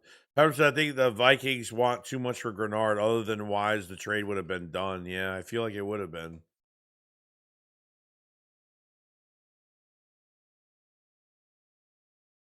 Not done yet.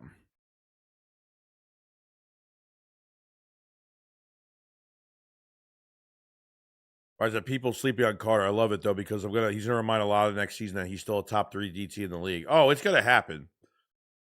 I mean, the shoulder is a shoulder, bro. Like he should have had that shit cleaned out. Like by off season, he should have had that cleaned out. I wouldn't even care if he missed a game or two. But why even leave that lingering for so long as they did?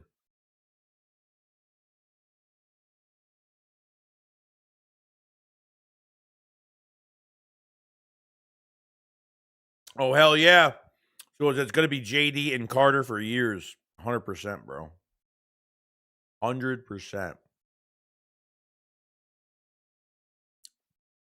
Ringo is good special teams. He was a 4th round pick. That's it. Plays for the Vikings. Wizard said Nolan had a turbulent year with injuries. Give him a chance to. I mean, even if he bounces back, there's not enough. There's not enough on his plate right now that's going to let me give him a 5th-year option or sign him to an extension. It's never going to happen.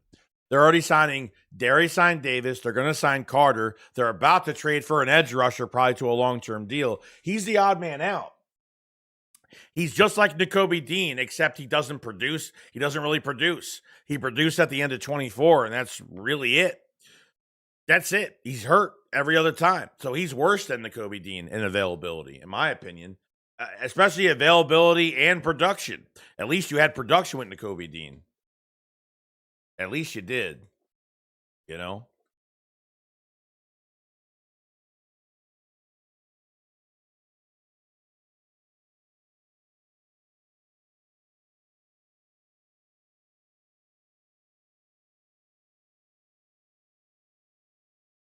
Roger Joey, this is a random, but I'm sorry for that one. Got the other day saying certified crash. I just wanted to make it clear it was about George Pickens, not you. I don't even remember. I don't even remember, bro. So it's all good. Mike says Hollywood Brown was praising Jalen Hurts heavy in his last. Yeah, his interview. Yeah, he said some really good things. He really respects Hurts from where he came from at Alabama. He wanted to play with him. It was at Oklahoma. Like he was going to leave. He was actually going to sit for another year in college. Hollywood Brown was going to sit for another year in college to play with Jalen Hurts for 1 year. But then obviously with the Chiefs, seeing what Jalen Hurts did in the Super Bowl, and he's always wanted to play with a player like that. I mean, he was going to go play for the Ravens. He said on the podcast, he said that he was gonna he said that he was gonna play. He said he was gonna play on. He could have went back to the Ravens, but he wanted to play with Jalen Hurts. Who says he gets 12 sacks? Then pick him up, pick his option, but he ain't gonna sniff 8 sacks. I hope he proves me wrong. Yeah, I mean that's about it. He goes on there. What's going on, man? He said, I love the moves that we made. Howie has done a great job working the cap and players, but Mannion has to be an advertised like all these other new coaches. The only guarantee is Vic. So yeah, fingers crossed is right. Yeah, a lot of praise from McVay, a lot of praise from LaFleur on Sean Mannion. It can't get worse, and it's not a promotion from within. So we gotta give the guy 4 to 5 weeks. We gotta see what this offense looks like, and I definitely sense there's a different energy with the players regarding Sean Mannion. I think I definitely sense that. Oh, AJ Dillon's gone. Well, that's good because he didn't do shit. He didn't do nothing for us anyway. Because Tank Bigsby, once we got Tank Bigsby, we were on kilt with Tank Bigsby.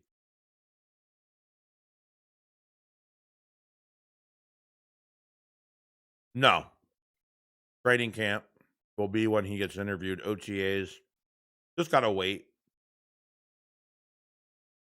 It's not weird. It's normal. He's not a head coach. He's a coordinator. So.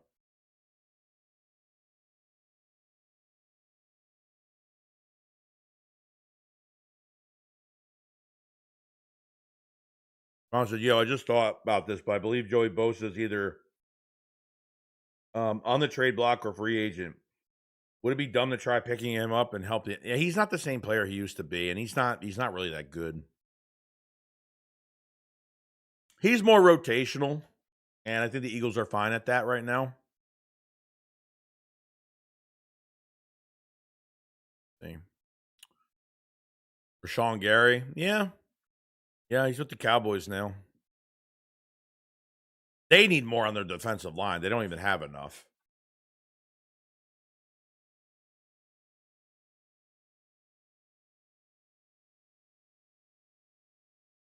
I'm not even really a big fan of Quentin Williams either. He's like another one that's weird to me. Joey Bosa's slow as dog shit. Yeah, he's not. I've never, and I don't really like him as a person either. He's kind of a scumbag too. It was as for sure. I sense a better presence as well, but we also know that there's talking and talk of walking the walk. Just hoping that we aren't being sold another Nick, but time will tell. Time will tell. And if Nick fucks this up, he's gone. But he's gone within 2 years anyway, so it doesn't really matter. You know what I mean? But I'm willing to give this guy a chance. The players seem to be they really like him. I mean, it seems like Hurts likes him. Saquon has talked about, in general, just a refreshing scheme that they're going to have. And, we'll see what happens. Yeah, Dylan Thiem is going to be shit, dude. Yeah, and he's injury prone, yeah. Carl said, do you think Nick Bosa is more of a pass rusher than Joey? Nick? Yeah. Yeah. You know, does a bear shit in the woods? There you go. Bear shit.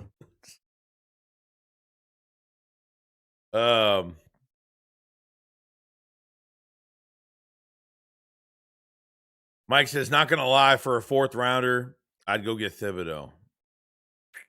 I do not. Well, apparently someone said we can't get him now. He got he got tagged.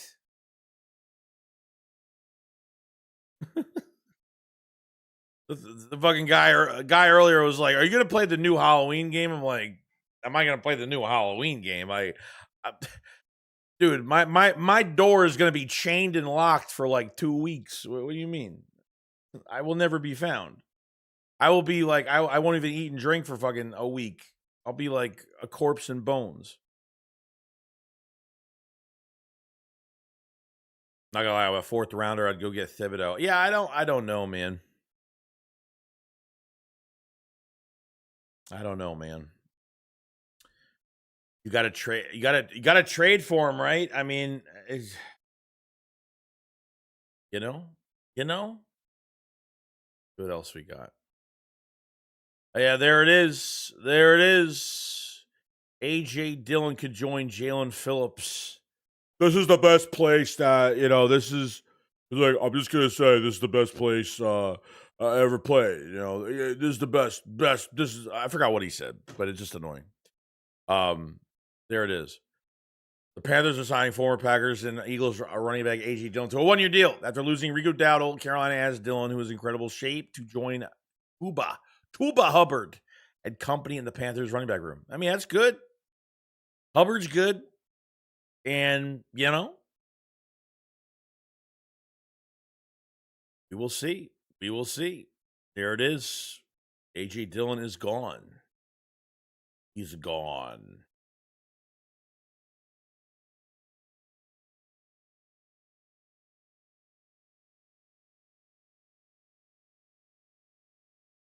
What else we got? What did you ask about that? Yeah, so I think they asked him about the situation with AJ Brown. He said Brown says he wants AJ on the team, but he knows AJ has to do what's best for him, and that is a business.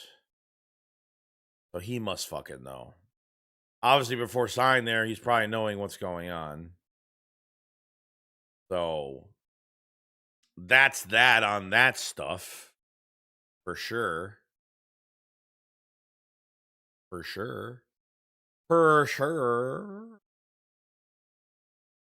Yeah, they did. They don't have Rico Dowdle anymore. No. I said Phillips said the same shit when we trade for him. It's bullshit. Yeah, I know. It's fuck $120 million talks, bro. It talks. He's got a baby on the way. Like he's like, keep pounding. Fucking stupid slogan. Keep pounding. Like, shut the fuck up, dude. Pounding. This organization, it's rising, man. It's rising. Fucking hate that guy now.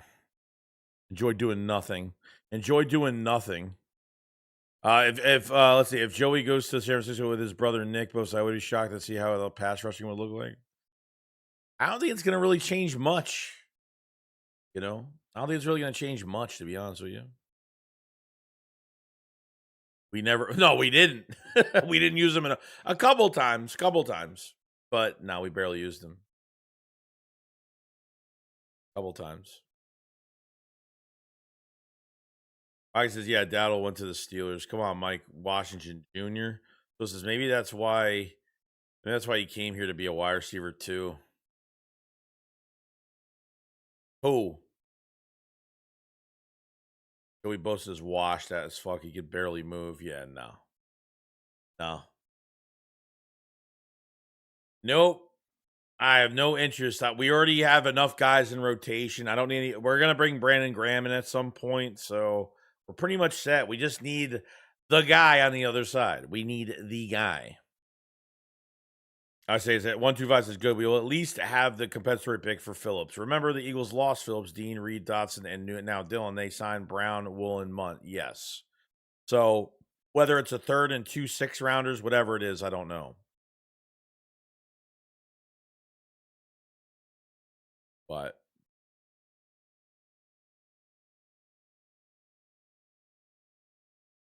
that's why he came here to be a wide receiver too. I don't know, dude. Obviously, it's on the table. I mean, I can't see him going to a team and not getting any snaps. Not saying as a wide receiver 3 because he loves Mannion loves using wide receiver 3s. So I don't know. I mean, it's just all this shit's just speculation. Every time something happens that's connected to AJ Brown, it's always speculation.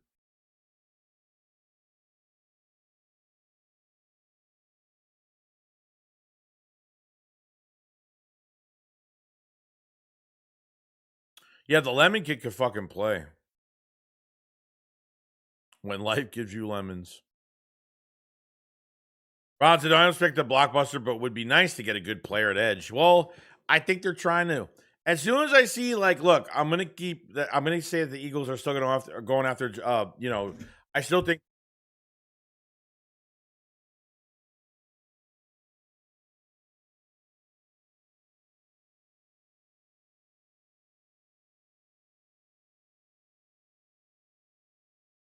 I'm gonna keep him on the board regardless. So, Cody says, "Yo, Cody K says, what's up, what's new, Joey? What's going on, Cody? Hope you're having a good day, man."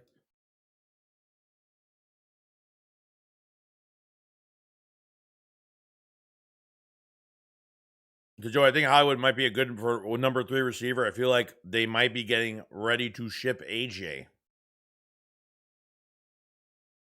I don't know, bro. I don't know. Yeah, I got it fixed. We're good. We're good. We're good. She said, why would they say he would like to play with him, but he's got to do what's best for him? It's a business. Yeah, that's what doesn't that mean he knows he's going to be traded eventually? Yeah, I mean, yeah. I mean, he said it like that. So he's like, oh, it's a bit. So there is a trade in the works. So, he is trying to get traded still. I mean,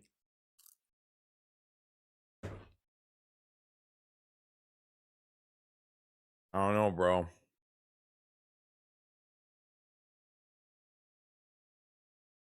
Cooper would be wide receiver 2, Hollywood slot speed and covet. Oh, 100%. Because I hope you're doing well too. I'm in and out of the chat machine jobs. Anything new? Yeah, nothing much. Nothing much. 2 top 30 visits though. 2 top 30 visits. One is the guard from Penn State, Vega, and the other one that the other one is the top 30 visits for the DB Jelon Kilgore, which he's a versatile, nickel safety.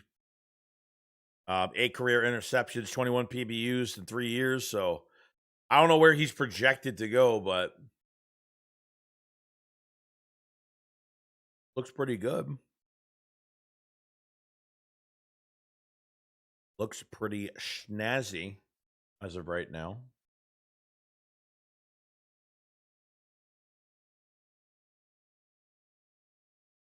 Well, it did better than I thought it was going to be.